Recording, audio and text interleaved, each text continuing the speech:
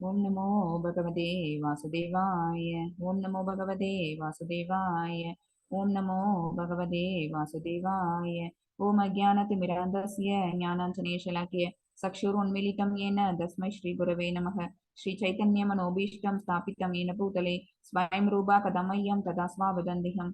हे कृष्णा करुणा सिन्धो दीनबन्धो जगत्पदे गोपेशा गोपिका कान्ता राधा कान्ता नमोऽस्तुते। तप्त काञ्चन गौराङ्गी राधे वृन्दावनेश्वरी वृषभानुसुते देवी प्रणमामि हरिप्रिये। वाञ्छाकल्पतरुभ्यश्च कृपसिन्धुभ्येव च पतितानां पावनेभ्यो वैष्णवेभ्यो नमो नमः। नमो ओं विष्णुपादाय कृष्णप्रेष्ठाय भूतले श्रीमते भक्तिवेदान्तस्वामिनिधि नामिने। नमस्ते सरस्वते देवी गौरवाणी प्रचारिणे निर्विशेष शून्यवादी पाचायते देशतारिणे। जय श्री कृष्ण चैतन्य प्रभु नित्यानंद श्री अद्वैत गदाधर श्रीवासादि गौरभक्तवृंद। हरे कृष्णा कृष्ण कृष्णा हरे हरे, हरे राम राम राम हरे हरे। सर्वं कृष्णार्पणम। Hare Krishna devotees, welcome you all today 4. நம்ம பகவத்கீதையில இன்னைக்கு பார்க்க போறது வந்து 4வது சாப்டர் உன்னத அறிவு. சரியா, இந்த சாப்டர் தான் நம்ம இன்னைக்கு பார்க்க போறோம். நான் ஃபர்ஸ்ட் உங்களுக்கு ஷேர் பண்ணிடுறேன், பிபிடி ஷேர் பண்ணிட்டு கிளாஸ் ஸ்டார்ட் பண்ணிக்கலாம். நேற்று கர்ம யோகம் பார்த்தோம். அந்த கர்ம யோகம் அப்படின்னா என்ன அப்படின்னா, நம்ம வந்து எந்த மாதிரி கர்மங்களை செய்யணும், அந்த ஒன்னே ஒரு பாயிண்ட் இன்னைக்கு சொல்ல விட்டுருக்கிறேன். அதை இன்னைக்கு அதை முடிச்சுட்டு நம்ம இந்த ஞான யோகத்துக்கு போகலாம். உன்னத அறிவு கர்ம யோகம் வந்து கர்மங்கள் வந்து மொத்தம் 3 விதமான கர்மங்கள் இருக்கு. ஒண்ணு அக்கர்மா, ஒண்ணு விக்கர்மா, இன்னொன்னு கர்மா. ஓகேவா? அதுல அந்த அக்கர்மா அப்படிங்கிறது என்ன அப்படின்னு பாத்தீங்கன்னா, செயலின்மை அப்படின்னு டைரக்ட் மீனிங் எடுத்தீங்க அப்படின்னா செயலின்மைன்னு இருக்கும். அது செயலின்மை கிடையாது. ஆக்சுவலா என்ன அப்படின்னா, செயலை செய்யணும், பட் பற்றுதல் என்று செய்யணும். ஓகேவா? இப்ப பற்றுதல் என்று செய்யணும்னா அப்ப என்ன பண்ணணும் அப்படின்னா, நம்மளோட செயல்பாடுகள் எல்லாத்தையும் பகவானுக்காக நம்ம செய்யணும். ஓகேவா? அவங்களுக்கு அவங்க மேல நம்ம பற்றுதல் வச்சு இல்ல அவங்கள்ட்ட சரண்டர் பண்ணிக்கிட்டு இதெல்லாம் நமக்கு விதிக்கப்பட்ட கடமை அப்படின்னு நினைச்சிட்டு நம்ம செஞ்சோம் அப்படின்னா, அதுதான் வந்து என்ன அர்த்தம், நம்ம செயல் மேல பற்று வைக்க மாட்டோம், பலனை எதிர்பார்க்க மாட்டோம். அப்ப ஆட்டோமேட்டிக்கா பலனோட விளைவு என்னவோ அது நம்மள பாதிக்காது. அப்படி இருக்கிறதும் செயலின்மையோட இருக்கிறதும் ஒண்ணுதான். புரியுதா உங்களுக்கு? செயலின்மை அப்படின்னா எந்த செயலையும் செய்யாம இருக்கிறதுன்னு அர்த்தம். ஆனா அது பாசிபிளா? இம்பாசிபிள். ஏன்னா ஆத்மாங்கிறது சும்மா இருக்காது, இட் இஸ் ஆல்வேஸ் ஆக்டிவ். இது ஏதாவது ஒரு விஷயத்த அந்த ஆத்மா என்ன பண்ணிக்கிட்டே இருக்கும், செயல்பாடுல இருந்துகிட்டே தான் இருக்கும், ஆக்டிவாவே இருக்கும். சோ அப்படி இருக்கக்கூடிய ஆத்மாவை நம்ம என்ன செய்யணும் அப்படின்னா, கிருஷ்ணா கான்சியஸ்ல கிருஷ்ண உணர்வுல நம்ம கொண்டுட்டு போகணும். அப்படி இல்லைன்னா அது என்ன போகும், மாயைக்கு கட்டுப்பட்டு பௌதிக செயல்களை செய்ய ஆரம்பிச்சு நம்மள மேலிடும் மேல வீழ்ச்சிக்கே கொண்டு வந்துரும். நம்ம எல்லாம் விழுந்த ஆத்மாக்களா போயிடும். ஏற்கனவே நம்ம கண்டிஷன் சோலா இருக்கும், மறுபடியும் என்ன ஆகுறோம் அப்படின்னா விழுந்த ஆத்மாக்களா போவோம். விழுந்த ஆத்மாக்கள்லாம் என்ன அர்த்தம் அப்படின்னா, இந்த பெர்த் அண்ட் டெத் சைக்கிள் இதுக்குள்ளேயே மாட்டிக்கிட்டு இருப்போம்னு அர்த்தம். ஓகேவா? அதனால அந்த ஆத்மாவுக்கு என்ன பண்ணணும் அப்படின்னா, ஆன்மீக உணர்வு கொடுத்துடணும். ஆன்மீக உணர்வுன்னா என்ன உணர்வு அப்படின்னா, பற்றற்ற உணர்வு. எது மேல பற்று இல்லாம இருக்கணும் அப்படின்னா, செய்யக்கூடிய பௌதிக செயல்கள் மேல பற்றற்ற உணர்வு. பற்றே இல்லாம எப்படி செய்யறது அப்படின்னா, அப்படி செஞ்சோம்னா தான் நம்மளால கொஞ்சமாவது அந்த ஸ்பிரிச்சுவல் பாத்துல முன்னேற முடியும் அப்படிங்கிறதுக்காக தான். ஓகேவா? பிரயத்தனப்படணும். எதுவுமே என்ன வராது, ஈஸியா வராது. சைக்கிள் ஓட்ட கத்துக்கிறோம், எத்தனை தடவை விழுந்து எழுந்திரிச்சிருப்போம். ஓகேவா? பைக் ஓட்ட கத்துக்கிறோம், எத்தனை தடவை கீழே விழுந்திருப்போம், வண்டியை போட்டு உடைச்சிருப்போம், அப்புறம் தானே கத்துக்கிறோம். எதுவுமே என்ன அப்படின்னு பாத்தீங்கன்னா ஃபர்ஸ்ட் ஸ்ட்ரகிள்ஸ் இருக்கும். ஆனா அதுல நம்ம வந்து கொஞ்சம் கொஞ்சம் கொஞ்சமா பழகி அதுல முன்னேற ஆரம்பிச்சோம் அப்படின்னா, அந்த டேஸ்ட் பிடிக்க ஆரம்பிச்சுன்னு வச்சுக்கோங்களேன், அந்த ஹையர் டேஸ்ட் என்னவோ அதை நம்மள வந்து நம்ம நாக்கு சுவை கண்டுடுச்சுன்னு வச்சுக்கோங்களேன். ஒரு பாதாம் மில்க் குடிக்கிறீங்க, பாதாம் ட்ரிங்க் குடிக்கிறோம், அது ரொம்ப டேஸ்டா இருக்கு அப்படின்னா அதுக்கு மேல நம்ம என்ன செய்ய மாட்டோம் அப்படின்னா, டீ காஃபி அந்த மாதிரி ஐட்டத்தை விட்டுருவோம். அதுக்கு தான் பண்ணிப்போம். எப்ப கேட்டோம்னாலும் நம்ம பாதாம் ட்ரிங்க் தான் போவோம். ஏன் அப்படின்னா அதுதான் ஹையர் டேஸ்ட். அதே மாதிரி இங்க செஞ்சுட்டு இருக்க செயல்பாடுகள்ல வந்து எது உனக்கு நல்ல செல்ஃப் சாட்டிஸ்பாக்சன் கொடுக்குது அப்படின்னா, இப்ப என்ன சொல்லிட்டு இருப்போம், எனக்கு இந்த வேலை செய்யறது செல்ஃப் சாட்டிஸ்பாக்சன் கொடுக்குது, இந்த ஒரு வேலை செய்யறது கொடுக்குது அப்படின்னா, இது எல்லாத்தையும் விட்டுட்டு நீ டிவோஷனல் சர்வீஸ் பண்ணி பாரு, அப்ப உனக்கு தெரியும். அப்படி அந்த டேஸ்ட் நம்ம இன்ட்ரோடியூஸ் பண்ணோம்னு வச்சுக்கோங்களேன், ஆட்டோமேட்டிக்காவே அவங்களுக்கு என்ன ஆயிடுவாங்க, தன்னை அதுல இன்வால்வ் பண்ணிக்க ஆரம்பிச்சிருவாங்க. ஆக இது ரொம்ப நல்லா இருக்குது. ஏன் அப்படின்னா அதோட விளைவு என்னவா இருந்தாலும் அது அவங்களை பாதிக்க போறது இல்லை. எந்த செயல்பாடா இருந்தாலும் நம்ம பகவானுக்காக செய்யறோம், அவங்கள சாட்டிஸ்ஃபை பண்றதுக்காக. நம்மளோட சாட்டிஸ்பாக்சன்ங்கிறதே இப்ப இல்லாம போயிடும், செல்ஃப் சாட்டிஸ்பாக்சன்ங்கிறதே இந்த இடத்துல இல்லாம போயிடும். யாரை சாட்டிஸ்ஃபை பண்ணுங்கிற நோக்கம் நமக்கு வந்துரும் அப்படின்னா, பகவானை சாட்டிஸ்ஃபை பண்ணுங்கிற நோக்கம். இப்ப மட்டும் நம்ம செய்யக்கூடிய பௌதிக கடமைகள்ல நம்ம என்ன செய்யறோம், என்டாங்கிள் ஆயிடுறோம். யாரையாவது ஒருத்தவங்கள அவங்களை என்ன பண்ணணும், அவங்கள திருப்திப்படுத்தணும். மாமனார் மாமியார் இருக்காங்கன்னு வச்சுக்கோங்களேன், ஆஹா அவங்கள நம்ம திருப்திப்படுத்தணும், இல்லாட்டி அவங்க கிட்டே இருந்து நமக்கு கெட்ட பேர் வரும். ஹஸ்பண்டா அவங்கள திருப்திப்படுத்தணும், இந்த மாதிரி என்ன செய்யறோம், அடுத்தவங்களை திருப்திப்படுத்துறதுக்கான காரியங்களை செய்யறோமா. அதே வேலையை நீ இங்க செய்ய. அவங்க எல்லாம் யாரு? பௌதிகத்துல இருக்கக்கூடியவங்க. யாருமே என்ன கிடையாது? நித்தியமானவர்கள் கிடையாது. ஓகேவா? இந்த ஜென்மால இவங்க எல்லாம் உனக்கு வந்து ரிலேட்டிவ்ஸ். ஓகேவா? இதுவே இந்த ஆத்மா இந்த உடலை விட்டு சென்று விட்டு அந்த ஆத்மாவுக்கு எத்தனையோ உடல்கள் எடுத்ததுனால யாரு வேணாலும் எப்படி வேணாலும் எந்த ஜென்மால வேணாலும் ரிலேஷன்ஷிப் இருக்கிறதுக்கு வாய்ப்பு இருக்கு. ஆனா எப்பவுமே அந்த ஆத்மாவுக்கு ரிலேஷன்ஷிப், பெர்மனன்ட் ரிலேஷன்ஷிப் யாரு கொடுக்குறாங்க அப்படின்னா பகவான் தான். ஏன் உங்களுக்கு அந்த பாயிண்ட்டும் தெரியும். ஆத்மாங்கிறது அந்த ஜீவாத்மாங்கிறது பகவான்கிட்ட இருந்து பிரிஞ்சு வந்திருக்கிற ஒரு பிராக்மெண்ட். சோ யார் கூட அதுக்கு எப்பவுமே கனெக்டிவிட்டி இருந்துகிட்டு இருக்கும் அப்படின்னா பகவான் கூட தான் கனெக்டிவிட்டி இருக்கும். அப்ப நம்ம என்ன செய்யணும்? சுத்தி இருக்கிறவங்க எல்லாரையும் நம்ம சாட்டிஸ்ஃபை பண்ணணும்னு செய்யற விஷயத்தை விட பகவானை சாட்டிஸ்ஃபை பண்ணணும்னு நினைச்சு நம்ம விஷயங்களை செய்ய ஆரம்பிச்சோம் அப்படின்னா அது பேரு தான் டிவோஷனல் சர்வீஸ். அப்படி செய்யற செயல்பாடுகள் தான் என்ன அப்படின்னா கர்மா. ஓகேவா? அதுதான் செயலின்மை. செயலின்மைனா சும்மா இருக்கிறதுங்கிற ரா மீனிங் எடுத்துக்க கூடாது. அதுக்கு பேர் என்ன அப்படின்னா செயல் மேல பற்றுதல் இல்லாம, பலன்கள் மேல விருப்பம் இல்லாம, அதோட விளைவுகளுக்கு அப்பாற்பட்டு நின்று ஒரு செயலை செய்யறோம் அப்படின்னு வச்சுக்கோங்களேன். அது பேரு தான் செயலின்மை கர்மா. கர்மா அப்படின்னா என்ன அர்த்தம்னா விதிக்கப்பட்ட பிரின்சிபிள்ஸ் இருக்குல்ல, இதெல்லாம் தான். இதெல்லாம் ஃபாலோ பண்ணிட்டு நீங்க அந்த வேலையை செய்யுங்க அப்படின்னு பகவான் சொல்றாங்களா.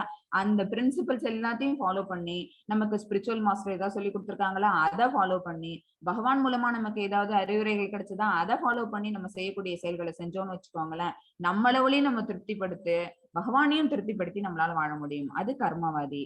ஆனா யாரா மட்டும் இருக்கக்கூடாது அப்படின்னா விகர்மவாதியா இருக்கக்கூடாது. அப்ப விகர்மாங்கிறது என்ன அப்படின்னா எதெல்லாம் செய்யணும்னு போட்டிருக்கோ அதெல்லாம் பண்ணாம, இதெல்லாம் பண்ணக்கூடாது. டூஸ் அண்ட் டோன்ட்ஸ் இருக்கும்ல சில விஷயங்கள்ல. அந்த டோன்ட்ஸ் எல்லாத்தையுமே எடுத்து யாராவது பண்ணாங்கன்னு வச்சுக்கோங்களேன், அதெல்லாம் வந்து பிரின்சிபிள்ஸே இல்லாத விஷயங்கள். அதெல்லாம் பண்ணா தப்பு, தீய பழக்கங்கள், கெட்ட விஷயங்கள் அப்படின்னு ஒதுக்கி வச்சிருப்போம்ல, அதெல்லாம் பண்றவங்க தான் யாரு அப்படின்னா விகர்மவாதிகள். அதுதான் விகர்மாங்கிறது. So கர்மால 3 type. ஒண்ணு கர்மா, இன்னொன்னு அக்கர்மா, இன்னொன்னு விகர்மா. எது ரெண்டும் பெஸ்ட் அப்படின்னா அக்கர்மாவும் கர்மாவும் பெஸ்ட். அகர்மவாதிகளும் அப்புறம் கர்மவாதியும் பெஸ்ட். யாரா இருக்கக்கூடாது அப்படின்னா விகர்மவாதியா இருக்கக்கூடாது. இதை நான் நேற்று சாப்டர்ல இது கம்ப்ளீட் பண்ணியிருக்கணும். நேற்று இதை சொல்லலைங்கிறதுனால இன்னைக்கு இதை சொல்லிட்டேன். இப்ப இன்னைக்கு செஷனுக்குள்ள அது மறுபடியும் வரும். உங்களுக்கு அது புரியாதுங்கிறதுக்காக இப்ப உங்களுக்கு ஃபர்ஸ்ட் இன்ட்ரடக்ஷன் கொடுத்துட்டேன். ஹரே கிருஷ்ணா. இப்ப நம்ம பாக்குறது வந்து ஞான யோகம். ஓகேவா? உன்னத அறிவு, டிரான்சென்டென்டல் நாலேஜ். பகவானை பத்தின உன்னத அறிவை யார் கொடுக்குறாங்கன்னா பகவானே கொடுக்குறாங்க. இந்த சாப்டர்ல என்னென்னலாம் வரப்போகுது அப்படின்னா பகவத்கீதை எப்ப யாரால எங்க பேசப்பட்டது இதெல்லாம் வரும். ஓகேவா? அதுக்கு முன்னாடி நம்ம வந்து ஒரு ஓவர்வியூ பார்த்துருவோம். ஆன்மீக விஞ்ஞானத்தின் பரம்பரை என்ன, இந்த பகவத்கீதையோட பரம்பரை என்ன அப்படிங்கிறது வந்து பகவான் சொல்லுவாங்க. 4.1ல இருந்து 4th ஸ்லோகா வரைக்கும் இந்த பரம்பரா பத்தி சொல்லப்பட்டிருக்கும். அப்புறம் பகவானின் திவ்யமான தோற்றம், அவங்க எங்க எப்படி எதுக்காக தோன்றாங்க. ஓகேவா? இந்த ரீசன்ஸ் எல்லாம் வந்திருக்கிறது எதுல அப்படின்னா 4.5ல இருந்து 10 வரைக்கும். அப்புறம் கிருஷ்ணர் அனைத்து பாதைகளின் படைப்பாளி மற்றும் உச்சம். அவங்க தானே எல்லாத்தையுமே கிரியேட் பண்றாங்க. இவ்வளவு நாள் அதை சொல்லிக்கிட்டு இருந்தோம். இதுக்கு மேல என்ன செய்ய போறோம் அப்படின்னா அதை பிக்சர்ல பார்க்க போறோம். ஓகேவா? பகவான் வந்து எப்படி எல்லாம் கிரியேட் பண்றாங்க அப்படிங்கறத. அவங்க மூல முதற் கடவுள். அவங்கதான் யாரு அப்படின்னு பாத்தீங்கன்னா ஃபர்ஸ்ட் இருந்தவங்க. அவங்க வந்து அனாதி காலத்தவங்க, புராதனவங்கன்னு சொல்லுவாங்க. ஓகே, அவங்களுக்கு வந்து ஆதியும் கிடையாது, அந்தமும் கிடையாது, அதாவது தோற்றமும் கிடையாது, அழிவும் கிடையாது, எப்பவுமே நித்தியம். அதனாலதான் பரம் அப்படின்னு சொல்றது. நித்தியமானவங்க, சச்சிதானந்த ரூபம்னு. பகவானோட ரூபத்துக்கு பேரே என்ன அப்படின்னா சத்து சித்து ஆனந்தம். சத் அப்படின்னா என்ன அர்த்தம் அப்படின்னா பரம்னு அர்த்தம், அதாவது எட்டர்னல். ஓகேவா? சித் அப்படின்னா அப்சல்யூட்னு அர்த்தம், பூரணம். சோ பரம பூரண உண்மை. இதுதான் சத்து சித்து ஆனந்த ரூபம்னு பகவானை வந்து எக்ஸ்பிளைன் பண்ணுவாங்க. அவங்களோட ரூபம் என்ன அப்படின்னா சச்சிதானந்த விக்கிரகம்னு சொல்றது. எப்பவுமே எட்டர்னல், பரமா இருப்பாங்க. அப்புறம் எப்பவுமே அப்சல்யூட் நாலேஜ், பூரணமா இருப்பாங்க. அவங்கள்ட்ட இருந்து நம்ம எல்லாம் பிரிஞ்சு வந்திருக்கோம். இருந்தாலும் கூட அந்த பூரணம் வந்து முழுசா பூரணமாவே இருக்கும். பிரிஞ்சதுனால அது என்ன ஆயிடாது, குறைஞ்சு போயிடாது. ஓம் பூர்ண அதா பூர்ணன்னு ஒரு ஸ்லோகம் வரும் ஈஷோபனிஷத்துல. அது எப்படின்னா பகவான்கிட்ட இருந்து அவ்வளவு பேரும் பிரிஞ்சு வந்திருந்தாலும் கூட அவங்க ஸ்டில் எப்படி இருப்பாங்க அப்படின்னா அதே பூரணத்துவத்தோட தான் இருப்பாங்கிறதா அதுக்கான அர்த்தம். ஓகேவா? சோ அவங்க எப்படி எல்லாத்தையும் படைச்சாங்க, அப்புறம் அவங்களுடைய உச்ச நிலைங்கிறது என்னங்கிறது 4.11ல இருந்து 15 வரைக்கும் சொல்லப்பட்டிருக்குது.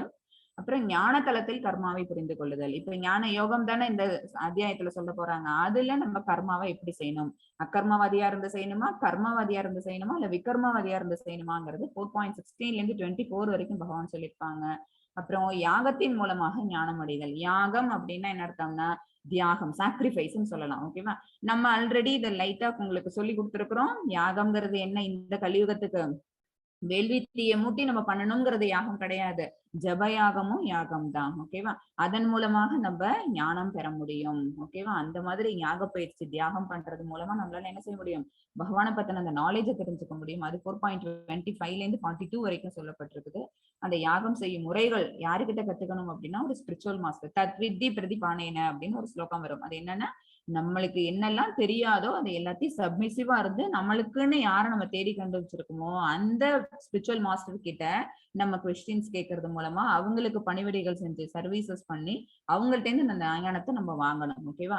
அதுதான் என்னன்னா யாகம் செய்யும் முறையில ஃபர்ஸ்ட் முறை. நம்ம ஒரு விஷயம் கத்துக்கணும் அப்படின்னு நினைச்சோம்னா தெரிஞ்சவங்க ஒருத்தவங்கள்ட்ட அணுகி அவங்கள்ட்ட அந்த கேள்வியை கேட்டு தெரிஞ்சுப்போம்ல. அதுதான் அந்த அந்த மாதிரியான விஷயங்கள் எல்லாம் சொல்லப்பட்டிருக்கிறது எதுல அப்படின்னா 4.34ல இருந்து 42 வரைக்கும் இருக்கக்கூடிய ஸ்லோகாஸ்ல நம்ம பார்க்க போறோம். ஓகேவா? இப்ப நம்ம பகவத்கீதையின் வரலாறு பார்க்க போறோம். 1ல இருந்து 4 வரைக்கும் பகவான் வந்து பகவத்கீதையோட வரலாற சொல்ல போறாங்க. நம்ம மார்க்கெட்ல நிறைய பகவத்கீதை புக்ஸ் இருக்குது. ஆனாலும் ஆசிட்டிஸ் புக்கை ஏன் பார்க்கணும் அப்படிங்கிறதுக்கு நான் முன்னாடியே உங்களுக்கு ரீசன் சொல்லியிருக்கிறேன். என்ன ரீசன் அப்படின்னு பாத்தீங்கன்னா சீட பரம்பரை. சரியா? அதுதான் எப்படி இருக்கு? கண்டினியூட்டியோட இருக்குது. நடுவுல எங்கேயுமே என்ன ஆகல, பிரேக் ஆகவே இல்லை. கண்டினியூட்டி இருந்ததுன்னா மட்டும்தான் என்ன ஆகும், குரு சொன்னது சீடனுக்கு கடத்தி வரப்படும். அவங்க குருவா இருந்து அடுத்த சீடனுக்கு சொன்னது அதே விஷயங்கள் கடத்தி வரப்படும். அப்படி இல்ல அந்த டிரான்ஸ்பார்மேஷன் சரியில்லைன்னு வச்சுக்கோங்களேன், நடுவுல இருக்கக்கூடியவங்க எல்லாம் அவங்கவுங்களோட செல்ஃப் இன்டர்பிரேஷன்ஸ் இதுல ஆட் பண்ணியிருந்தாங்கன்னு வச்சுக்கோங்களேன், நம்ம கையில இருக்க இப்ப புக் எப்படி இருக்கும் அப்படின்னு பாத்தீங்கன்னா பகவான் சொன்னதுக்கும் நம்ம கையில வச்சிருக்கிற புக்குக்கும் சம்பந்தமே இல்லாதது மாதிரி இருக்கும். பட் இந்த பகவத்கீதை ஆசிட்டிஸ் இஸ்கான்ல ஃபாலோ பண்ற இந்த புக் என்ன அப்படின்னு பாத்தீங்கன்னா ஒரு கரெக்டான ஒரு சீர பரம்பரையில வந்தது அப்படிங்கிறதுனால அதே விஷயங்கள் தான் நம்ம வரைக்கும் அது கொண்டு வரப்பட்டிருக்குது. ஓகேங்களா? அதுதான் மெயின் ரீசன். மாதாஜி 4.1 வாசிச்சு கொடுங்களேன். ஓம் ஸ்ரீ பரமாத்மனே நமः. அத சதுர்த்தோऽध्यायः ஞான கர்ம சந்நியாச யோகः. ஸ்ரீ பகவான் உவாச்ச இமம் விவஸ்வதே யோகம் प्रोक्तवान् अहम् अव्ययम् विवस्वान् मनवे प्राह मनो इक्ष्वागवे अब्रवीत्. ஹரே கிருஷ்ணா. ஹரே கிருஷ்ணா. புருஷோத்தமரான முழுமுதற் கடவுள் ஸ்ரீ கிருஷ்ணர் கூறினார், அழிவற்ற இந்த யோக விஞ்ஞானத்தை நான் சூரிய தேவனான விவஸ்வானுக்கு உபதேசித்தேன். விவஸ்வான் மனிதகுல தந்தையான மனுவுக்கும் மனு இஷ்வாகு மன்னனுக்கும் இதனை முறையை உபதேசித்தனர். எங்க சொல்றாங்க அப்படின்னு பாத்தீங்கன்னா திரேதாயுகத்துக்கு முன்னாடி சொல்றாங்க பகவான். ஓகேவா? அது அப்பவே இந்த பகவத்கீதை உரைக்கப்பட்டது அப்படின்னு பகவான் சொல்றாங்க. இந்த யோக விஞ்ஞானத்தை சூரிய தேவனான விவஸ்வான் சன் காடுக்கு பேர் என்ன அப்படின்னு பாத்தீங்கன்னா விவஸ்வான், அவங்களுக்கு ஃபர்ஸ்ட் அவங்க சொன்னதாகவும் விவசாயம் என்ன சென்றாங்க அப்படின்னு பாத்தீங்கன்னா மனித குல தந்தையான மனுவுக்கு சொன்னாங்க. ஓகேவா? அந்த பிரஜாபதிகள்னு சொல்லுவாங்க. இந்த பிரஜாபதிகள்ல முதல் பிரஜாபதி யாரு அப்படின்னா மனுவுக்கு சொன்னாங்க. மனு என்ன பண்றாங்க அப்படின்னா இக்ஷ்வாகு மன்னனுக்கு. இக்ஷ்வாகு குலம் அப்படிங்கிறது என்னன்னா ரகுவம்சம். நம்ம ராமர் அவங்க அவதரித்த அந்த வம்சம் தான் இக்ஷ்வாகு அந்த அந்த ராஜவம்சம். அதுல இக்ஷ்வாகு மன்னனுக்கும் இது முறையாக ஒருத்தவங்களும் இது உபதேசிக்கப்பட்டது. அதாவது பகவான் கிட்ட இருந்து விவஸ்வானுக்கும், விவஸ்கிட்ட இருந்து மனுவுக்கும், மனுவு கிட்ட இருந்து இக்ஷ்வாகு மன்னனுக்கும் அது வந்தது. ஓகேவா? அதுக்கப்புறம் அது என்ன ஆயிடுது அப்படின்னா பிரேக் ஆயிடுச்சு. 4.2 மாதாஜி. எஸ் மாதாஜி. ஏவம் பரம்பரா பிராப்தம் இமம் ராஜர்ஷயோ விதுः சகாலே நேஹ மஹதா யோகோ நஷ்டः பரந்தப. ஹரே கிருஷ்ணா. ஹரே கிருஷ்ணா. உன்னதமான விஞ்ஞானம் சீடர்களின் சங்கிலி தொடர் மூலமாக பெறப்பட்டு அவ்வாறே புனிதமான மன்னர்களால் உணரப்பட்டது. சீடர்களின் சங்கிலி தொடர் மூலமாக கண்டினியூஸ் செயின் அது அப்படி வந்துட்டே இருந்தது. புனிதமான மன்னர்களால் அது உணரப்பட்டது. ஆனால் காலப்போக்கில் அத்தொடர் விட்டு போகவே விஞ்ஞானம் மறைந்து விட்டதை போல தோன்றுகின்றது. ஆனா என்னாச்சு, யுகங்கள் மாறும் போது என்ன ஆயிடுச்சு அப்படின்னா இத கரெக்டான சீட பரம்பரை வழியா கொண்டு வர முடியாம போயிடுச்சு. அதனால இந்த பகவத்கீதை உபதேசிக்கப்பட்ட பகவத்கீதை எங்க வரல, மக்கள் வரைக்கும் இது கொண்டு சேர்க்கப்படல. அதனால இப்ப ஸ்வயம் பகவானே என்ன செய்யறாங்க அப்படின்னா அர்ஜுனனுக்கு அத சொல்றாங்க.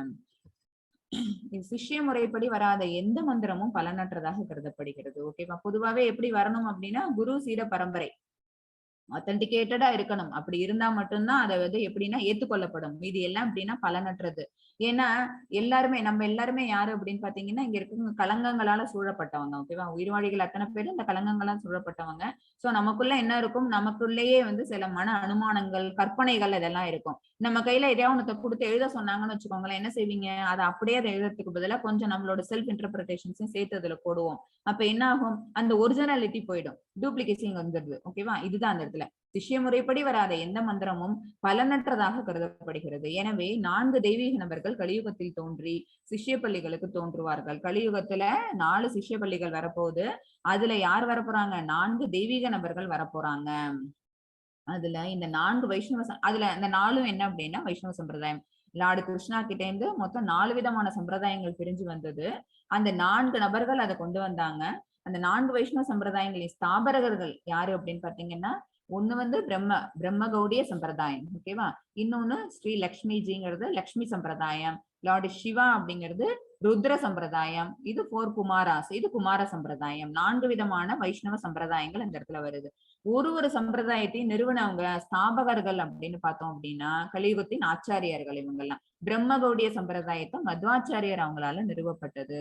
லக்ஷ்மி சம்பிரதாயம், ஸ்ரீ சம்பிரதாயம் அப்படிங்கிறது என்ன அப்படின்னா ஸ்ரீ ராமானுஜாச்சாரியாரால அது ஸ்தாபிக்கப்பட்டது. அடுத்தது ருத்ர சம்பிரதாயம், அது வந்து விஷ்ணு சுவாமிகள் அவர்களால அது ஸ்தாபிக்கப்பட்டது. குமார சம்பிரதாயம் அப்படிங்கிறது நிம்பகாச்சாரியா அவங்களால ஸ்தாபிக்கப்பட்டது. சோ இந்த வைஷ்ணவர்கள் எல்லாரும் ஃபாலோ பண்றது வந்து இந்த 4 சம்பிரதாயங்கள்ல ஏதாவது ஒரு சம்பிரதாயத்தை தான் ஃபாலோ பண்ணுவாங்க. நம்ம இஸ்கான் எதை ஃபாலோ பண்றாங்க அப்படின்னா பிரம்ம கௌடிய சம்பிரதாயம். ஓகேவா? இது 4மே, இந்த 4 ஸ்தாபர்களுமே எங்க வராங்க அப்படின்னா கலியுகத்தின் ஆச்சாரியார்கள்.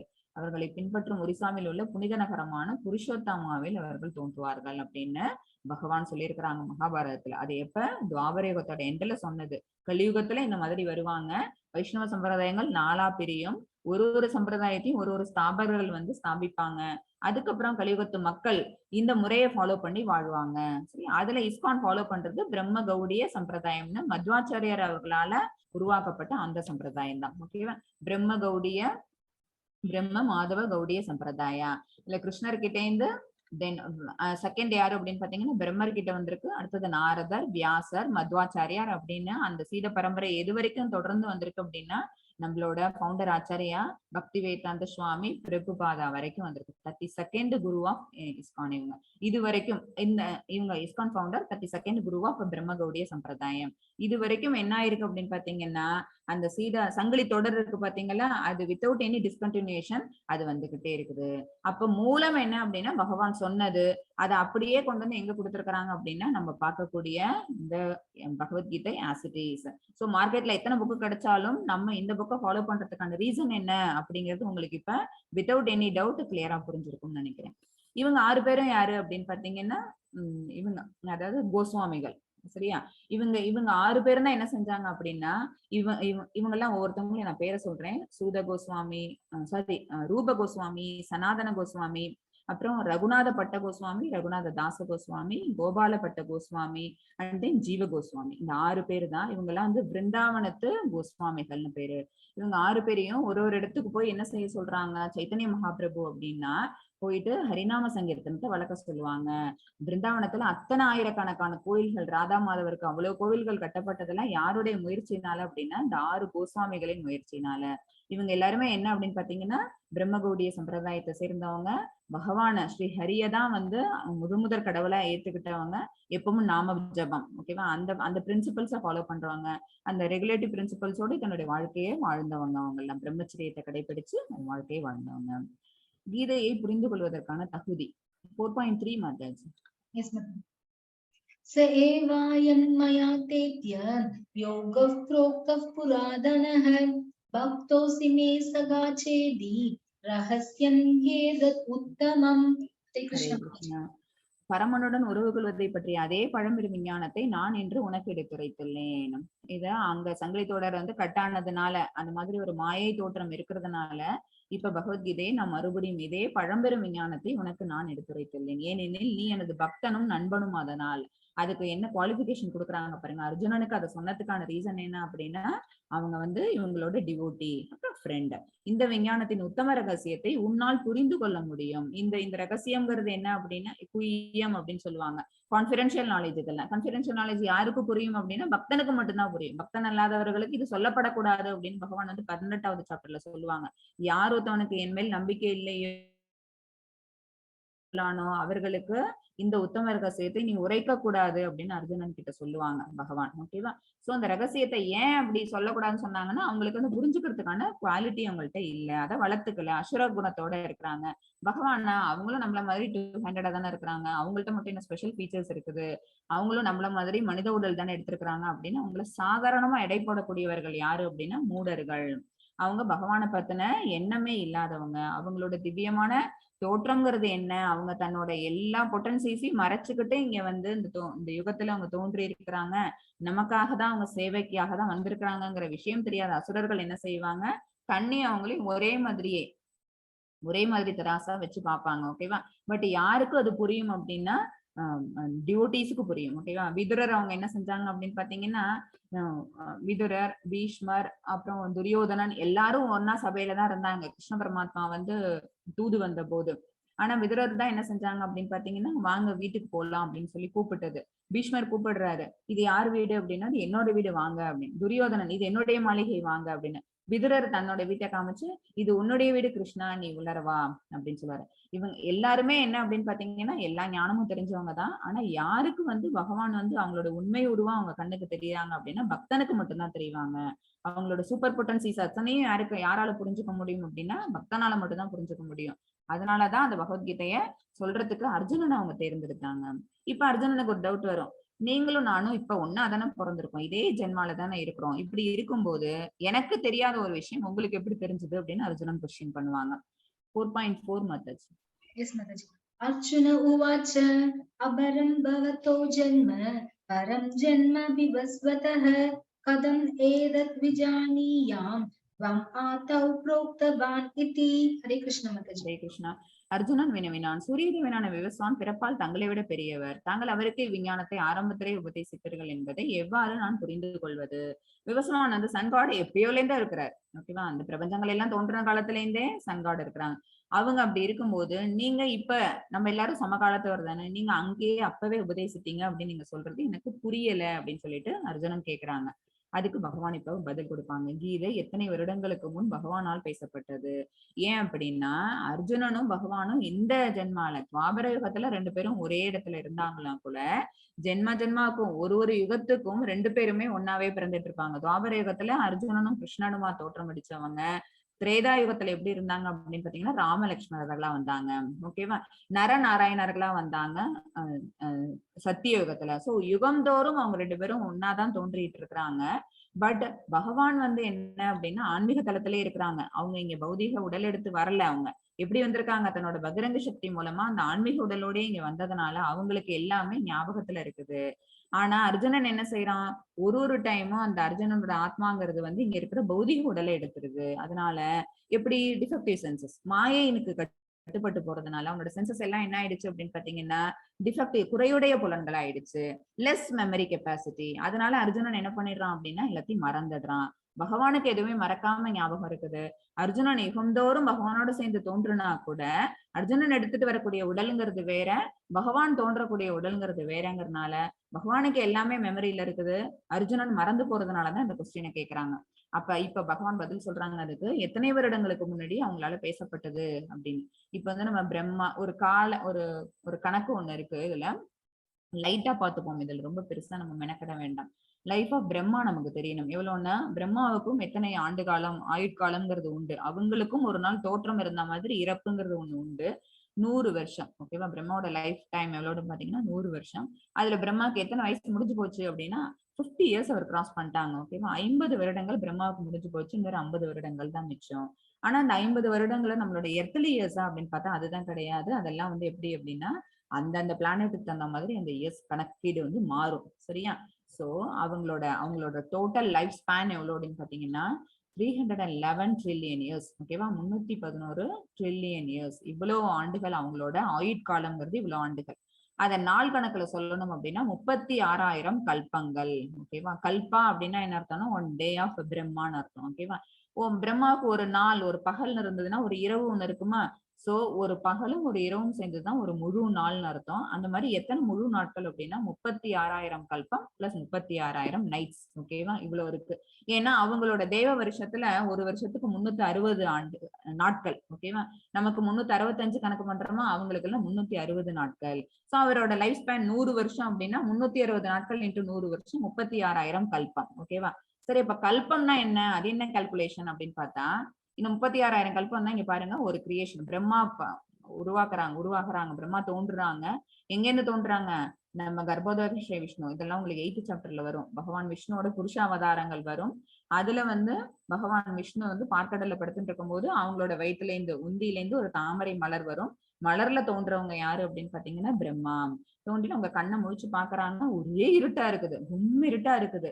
என்னடா நம்ம எங்க இருக்கிறோம் அப்படிங்கறது ஒரு சந்தேகம் தீர்த்து கொள்றதுக்காக அவங்க காலை கீழே இறக்கி இந்த தண்ணிக்குள்ள காலை வைக்கிறாங்க. நம்ம தேடி பார்ப்போம் இங்க யாரு இருக்கிறா, நம்ம யாரால படைக்கப்பட்டோம் அப்படின்னு. அப்ப தவ தவ அப்படின்னு சொல்லிட்டு 2 தடவை அந்த ஒரே வேர்டு ஸ்பெல் ஆகுது. சரி, இது நம்மள தோற்றுவிச்சவங்க யாரோ அவங்க நமக்கு கொடுக்குற ஆணை அப்படின்னு தெரிஞ்சுக்கிட்டு அதுக்கப்புறம் அவங்க கோடி வருஷம் அவங்க தவத்துல இருக்கிறாங்க. தவத்துல இருந்து தவம் மூலமாவே அந்த தியான பயிற்சிகள் செய்யறது மூலமாவே பகவான் கிட்ட இருந்து எல்லா வேத ஞானத்தையும் அவங்க கத்துக்கிறாங்க. கத்துக்கிட்டு எப்படி பிரபஞ்சங்களை படைக்கிறது, பிரபஞ்சங்கள் இல்ல, எப்படி உயிர்வாழிகளை படைக்கிறது அப்படிங்கிற விஷயத்தை தெரிஞ்சுக்கிட்டு உயிர்வாழிகள் எல்லாத்தையும் அவங்க படைக்க ஆரம்பிக்கிறாங்க. சோ பகவான் வந்து ஃபர்ஸ்ட் கிரியேஷன் பண்ணிடுறாங்க. அப்புறம் பிரம்மா பண்றது எல்லாம் செகண்ட் கிரியேஷன். நம்ம எல்லாம் தான், நம்ம எல்லாம் என்ன அப்படின்னா பிரம்மா கிட்ட இருந்து வந்தவங்க. ஓகேவா? சோ அவங்க கிரியேட் பண்றது அவங்களோட ஃபுல் டிவாஸ்டேஷன். இந்த ஸ்பேனுக்குள்ள எத்தனை கல்பங்கள் இருக்கு அப்படின்னா 36,000 கல்பம். அதுல ஒரு கல்பம் day of Brahma, 1 day of Brahma அப்படிங்கிறது என்னன்னு பாத்தீங்கன்னா எத்தனை அப்படின்னா 14 மன்வந்திரங்கள் சேர்ந்தது ஒரு கல்பங்கிறது. ஓகேவா? 14 மன்வந்திரங்கள். 14 மன்வந்திரங்கள்ல ஒரே ஒரு மன்வந்திரத்தை எடுத்து பார்ப்போம். ஓகேவா? மொத்தம் 14 மன்வந்திரங்கள் ஒரு கல்பம். அந்த மாதிரி எத்தனை கல்பம்னா 36,000 கல்பம். அப்ப அந்த மன்வந்திரத்துல எத்தனை யுகங்கள் இருக்கு அப்படின்னு பாத்தீங்கன்னா 71 திவ்ய யுகங்கள். சரி, 71 திவ்ய யுகங்கள்ல ஒரு யுகத்தை நம்ம எடுத்து பார்ப்போம். ஒரு யுகங்கிறது அப்படின்னு பாத்தீங்கன்னா இந்த 4 யுகங்கள் இருக்கு பாத்தீங்களா, அது எல்லாத்தோட கூட்டுத்தொகை. சத்தியயுகம், திரேதாயுகம், துவாபர யுகம் அண்ட் கலியுகம். இது 4ம் ஒன்னா சேர்ந்துச்சு அப்படின்னா அது ஒரு திவ்ய யுகம். சரி, ஒண்ணுத்துக்கு எவ்வளவு இயர்ஸ் அப்படின்னு பாத்தீங்கன்னா கலியுகத்துக்கு 4,32,000 வருஷம். நம்ம இப்ப நடக்கிற அநீதி எல்லாம் பார்த்தோன்னே களி முத்திடுச்சுன்னு சொல்றோம். ஓகேவா? அந்த முத்தின களியில நம்ம எத்தனை வருஷத்தை தான் கழிச்சிருக்கோம் அப்படின்னா 5,000 சொச்சம் வருஷம் தான் போயிருக்குது. 5,126 இயர்ஸ் தான் போயிருக்குது. பாக்கி எத்தனை இருக்குன்னு பாத்துக்கோங்க. 4,32,000 வருஷங்கள் முடிஞ்சாதான் கலியுகம் முடியும்னு அர்த்தம். அப்ப கலியுகத்தோட ஸ்பேன் எவ்வளவு அப்படின்னா துவாபர யுகம் எவ்வளவுன்னா அதை விட 2 பங்கு. சரியா? அடுத்தது திரேதாயுகம் எவ்வளவுன்னா கலியுகத்தோட 3 பங்கு. சத்தியயுகம் என்ன அப்படின்னு பாத்தீங்கன்னா கலியுகத்தோட 4 பங்கு. சோ இதுல 4 பங்கு கலியுகம், இதுல 3 பங்கு கலியுகம், இதுல 2 பங்கு, அதுல 1 பங்கு பாத்தீங்கன்னா மொத்தம் 10 கலியுகங்கள் சேர்ந்தது. ஒரே கணக்கா எடுத்தோம்னு வச்சுக்கோங்களேன், இது எல்லாத்தையும் சேர்த்து மொத்தம் 10 கலியுகங்கள்னு வரும். 10 கலியுகங்கிறது தான் ஒரு திவ்ய யுகம். சரியா? அப்ப அந்த மாதிரி எத்தனை திவ்யகங்கள்னா 71 திவ்யகங்கள் சேர்ந்தது ஒரு மன்வந்திரம். இப்ப நம்ம எத்தனாவது மன்வந்திரத்துல இருக்கோம் அப்படின்னா 7வது மன்வந்திரத்துல இருக்கிறோம். ஏன்னா பிரம்மாவுக்கு ஸ்பேனே 50 வருஷம் முடிஞ்சிருச்சு அப்படின்னா மன்வந்திரங்களும் பாதி மன்வந்திரங்கள் முடிஞ்சிருச்சா, 14ல பாதி 7 வைவஸ்வத மனு. இந்த ஆச்சாரியர்கள்லாம் நம்ம ஹோமம் பண்ணும் போதெல்லாம் இல்லாட்டி இது இவங்களுக்கு இது கொடுக்கும்போது திதி கொடுக்கும் போதெல்லாம் என்ன சொல்லுவாங்க அப்படின்னா பாரத கண்டை பரத வருஷம்னு சொல்லிட்டு அதுல எந்த மனுன்னு சொல்லும் போது வைவஸ்வத மனுன்னு சொல்லுவாங்க. கவனிச்சு கேட்டிருந்தீங்கன்னா தெரிஞ்சிருக்கும். சோ நம்மள ஆளக்கூடிய அந்த மனுவுக்கு பேரு வைவஸ்வத மனு. சோ அந்த மன்வந்திரத்துல நம்ம இருக்கிறோம். சோ இந்த மாதிரி எத்தனை மன்வந்திரங்கள் அப்படின்னா 14 மன்வந்திரங்கள் எல்லாம் முடிஞ்சதுன்னாதான் ஒரு கல்பம் முடியுது. அப்ப இந்த மாதிரி ஒரு கல்பம் மாதிரி எத்தனை கல்பம்? 36,000 கல்பம். இந்த ஒரு டே முடிஞ்சு ஒரு நைட் வந்தோன்னா ஒரு பார்ஷியல் டிவாஸ்டேஷன் நடக்கும். பிரம்மா வந்து ஒரு பகல் முடியுது, அப்புறம் ராத்திரி வருது பாத்தீங்களா, அப்ப என்ன ஆகும் அப்படின்னா எல்லாமே பார்ஷியலா டிவாஸ்டேட் ஆகும். எல்லாம் பகவான் கிட்ட போய் கிடுகிடுன்னு எல்லாரும் ஒண்ணு சேர்ந்துருவோம். அடுத்த பிரம்மாவோட அடுத்த பகல் வரும்போது எல்லாரும் வெளியில வருவோம். திருப்பி அவரோட நைட் வரும்போது எல்லாரும் பகவான்குள்ள போவோம். இதே மாதிரியே 100 ஆண்டுகளும் போயிட்டு வந்துட்டு இருப்போம். 100 ஆண்டுகள் முடிஞ்சு பிரம்மாவோட ஆயுட்காலம் கம்ப்ளீட்டா முடிஞ்சிருச்சு அப்படின்னா கம்ப்ளீட்டா நம்ம எல்லாரும் போய் பகவானுக்குள்ளேயே ஐக்கியம் ஆயிடுவோம். அதுக்கப்புறம் பல கோடி வருஷத்துக்கு வெளியில வரமாட்டோம். அப்புறம் பகவான் மறுபடியும் நம்ம எல்லாரையும் வெளியில கொண்டு வருவாங்க. இது நமக்கு பார்க்கறதுக்கு பெருசா தெரியுது. ஆனா இதெல்லாம் எப்படி ஆகுது அப்படின்னு பாத்தீங்கன்னா, எப்படி அட்லாண்டிக் பெருங்கடல்ல வந்து நீர்க்குமிழிகள் ஃபார்ம் ஆயிட்டு அது அழியுதோ, அந்த மாதிரி எல்லாம் எப்படி இருக்கு ஃபிராக்ஷன் ஆஃப் செகண்ட்ல இத்தனையும் நடந்து நடந்து நடந்து முடிஞ்சுகிட்டு இருக்குது. தேவர் உலகத்துல இருந்து பார்க்கும்போது. ஓகேவா? நமக்கு இதெல்லாம் எப்படின்னா நினைச்சு கூட பார்க்க முடியாத அளவுக்கு நம்மளோட கற்பனைக்கு எட்டாத அளவுக்கு இந்த இயர்லி கால்குலேஷன்ஸ் எல்லாம் இருக்கு. பட் இதெல்லாம் இட் இஸ் கோயிங் ஆன். ஓகேவா? இப்ப பிரம்மாவின் வாழ்க்கை என்னன்னு பார்த்தா, பிரம்மா 50 வருடங்களை கடந்து விட்டார்னு நமக்கு தெரிஞ்சிருச்சு. மனு பிறப்பதற்கு முன் இந்த கால்குலேஷன்லாம் அந்த அளவுக்கு அவசியம் இல்லை உங்களுக்கு. மனு பிறப்பதற்கு முன் கீதை பகவானால் தன் சீடரான சூரிய கடவுளான விவஸ்வானிடம் பேசப்பட்டது என்பதை அர்ஜுனன் ஏற்றுக்கிட்டான். ஓகேவா? மனு பிறப்பதற்கு முன்னாடியே, அப்ப மன்வந்தரங்கள்லாம் தோன்றதுக்கு பிரஜாபதிகள் வரதுக்கு முன்னாடியே சங்காடி கிட்ட பகவான் சொல்லிட்டாங்க. அதாவது எப்ப சத்தியுகத்திலே சொல்லியாச்சு. பிரம்மாவின் ஒரு நாள்ங்கிறது எத்தனை ஆண்டுகள், ஒரு மணி நேரம், ஒரு நிமிடம், பிரம்மாவின் ஒரு வினாடிங்கிறதே நமக்கு 1,00,000 ஆண்டுகள் ஆயிடுது. நம்மளோட எர்த்லி இயர்ஸ்ல கணக்கு பண்ணும்போது பிரம்மாவோட ஒரு வினாடிங்கிறது இப்படி இருக்கு. ஓகேவா? இப்ப அர்ஜுனன் கேட்ட கேள்விக்கு இங்க டைரக்டா பதிலுக்கு வந்துருவோம். கீதை அப்பனா பூமிக்கு எப்ப வந்தது, நீங்க நம்ம 2 பேரும் சமகாலத்தவராச்சே அப்படின்னு கேட்டதுக்கு பகவான் பதில் சொல்றாங்க. திரேதா யுகம் என்று அழைக்கப்படும் 1000 ஆண்டுகளின் தொடக்கத்தில் பரமாத்மாவுடன் உறவில் இந்த விஞ்ஞானம் விவஸ்வானால் மனுவுக்கு வழங்கப்பட்டது. திரேதாயுகத்தோட ஆரம்பத்துல மனு மனித குலத்தின் தந்தை என்பதால் இந்த பூமியின் மன்னனும் ராமச்சந்திரன் அவதரித்த ரகுவம்சத்தின் மூதாதையுமான மகாராஜா இக்ஷ்வாவுக்கு அதை கொடுத்தார். ராமபிரான் இருக்காங்களா, உங்களோட தாத்தா தான் இக்ஷ்வாகு மன்னன். எனவே பகவத்கீதை மகாராஜா இக்ஷ்வாகு காலத்திலிருந்தே மனித சமுதாயத்தில் இருந்தது. திரேதா மற்றும் தாவர யுகம் எவ்வளவு அப்படின்னு பாத்தீங்கன்னா 5 மடங்கு கலியுகங்களா. சோ எத்தனை வருஷம்னு பாருங்க. கலியுகத்துல நம்ம இப்ப இவ்வளவு நாள் காலம் கழிச்சிருக்கிறது எவ்வளவு அப்படின்னா 5000 வருடங்கள் கிட்டத்தட்ட அப்ராக்சிமேட்டா. சோ கீதை பூமிக்கு வந்தது எத்தனை ஆண்டுகளுக்கு முன்னாடி அப்படின்னா 2 மில்லியன் ஆண்டுகளுக்கு முன்னாடியே கீதை பூமிக்கு வந்துருச்சு. ஆனா நமக்கு எப்ப தெரிய வந்தது அப்படின்னா மகாபாரத போர்க்களத்துல வச்சு துவாபரத்தோட எண்டுல அர்ஜுனனுக்கு சொல்லும் போதுதான் நமக்கு தெரிஞ்சது. அப்பதான் அர்ஜுனனும் கேக்குறாங்க, நீங்க இதுக்கு முன்னாடியே பேசிருக்கீங்களா அப்படின்னு. பட் அதுக்கு முன்னாடியே 2 மில்லியன் ஆண்டுகளுக்கு முன்னாடியே அது வந்துருச்சு. மாதாஜி 4.5. श्री भगवान् उवाच बहूनि मे व्यतीतानि जन्मानि दवसार्जुन तान्यहं वेद सर्वाणि न त्वं वेत्त परन्तप. हरे कृष्ण माताजी. ஹரே கிருஷ்ணா. புருஷோத்தமரான முழுமுதற் கடவுள் கூறினார், நானும் நீயும் பற்பல பிறவிகளை கடந்துள்ளோம். நிறைய பிறவிகள் நம்ம எடுத்திருக்கோம். நர நாராயணர்களா இருந்தாங்க, ராம லட்சுமணரா இருந்தாங்க, இப்ப வந்து அர்ஜுனனும் கிருஷ்ணாவுமா இருக்காங்க. என்னால் அவை எல்லாவற்றையும் நினைவு கொள்ள முடியும். அதுக்கான காரணம் நம்முடைய சொல்லிட்டேன். பகவானோட அந்த திவ்ய சக்திங்கிறது அதுதான். அர்ஜுனன் எவ்ரி டைம் எடுத்துட்டு வர்றது என்ன அப்படின்னா இந்த மெட்டீரியல் பாடி எடுத்துட்டு வர்றதுனால அவங்களுக்கு டிஃபெக்டிவ் சென்சஸ் இருக்குது. So memory, low memory capacity. அதனால நீ மறக்கிற. எதிரிகளை தவிக்க செய்வோனே, அது உன்னால் முடியாது. கிருஷ்ணர் எப்படி தோன்றுகிறார் இப்ப அது தெரியணும் நமக்கு. 4.6 மாதாஜி. अजोऽपि सन् अव्ययात्मा भूतानां ईश्वरोऽपि सन् प्रकृतिं स्वाम् अधिष्ठाय सम्भवाम्यात्म मायया. हरे कृष्ण माताजी. ஹரே கிருஷ்ணா. நான் பிறப்பற்றவனாக இருந்தாலும், எனது திவ்யமான உடல் அழிவற்றதாக இருந்தாலும், உயிர்வாழிகள் அனைவருக்கும் நானே இறைவனாக இருந்தாலும், நான் எனது சுயமான திவ்ய உருவில் ஒவ்வொரு யுகத்திலும் தோன்றுகின்றேன். இங்க வந்து வசுதேவர் தேவகி அவங்களுக்கு வந்து அவங்க குழந்தையா வந்து பிறக்கல. அவங்க எப்படி அந்த காராகிரகத்துல தோன்றுனாங்க அப்படின்னா, இங்க நிக்கிறாங்கல்ல இந்த ரூபம் தான், இந்த 400 பரமாத்மா ரூபத்துலதான் அவங்க தன்னுடைய தோற்றத்தை காமிச்சாங்க. அதை பார்த்துட்டு அவங்க 2 பேரும் பிரார்த்தனைகள் வச்சுட்டு, ஆனா இந்த ரூபத்துல வந்து கிருஷ்ணர் பிறந்திருக்கிறார் அப்படின்னு வெளியில காமிச்சுக்க முடியாதுல்ல. அதனால அவங்க என்ன செய்யறாங்க, தன்னுடைய மாயையின் மூலமா, தன்னுடைய சக்தியின் மூலமா, திவ்யமான சக்தியின் மூலமா அவங்க என்ன செஞ்சுக்கிறாங்க, தன்னை 2 கை உள்ள கிருஷ்ணர் வடிவமா அவங்க தன்னை மாத்திக்கிறாங்க. சோ தோற்றம்ங்கிறது எப்படி இருக்கும் அப்படின்னு பாத்தீங்கன்னா, பகவான் வந்து எப்படி இருக்காங்களோ அதே சுய ரூபத்தோட தான் அவங்க இந்த பௌதிக உலகத்துக்கும் தோற்றம் பெறுவாங்க. அவங்களுக்கு என்ன இல்லை அப்படின்னு பாத்தீங்கன்னா பிறப்புங்கிறது கிடையாது. அவங்களுடைய உடல்ங்கிறது நம்மள மாதிரி அழிவற தன்மை கிடையாது. சரியா? இது அசுரர்களுக்கு புரியாது.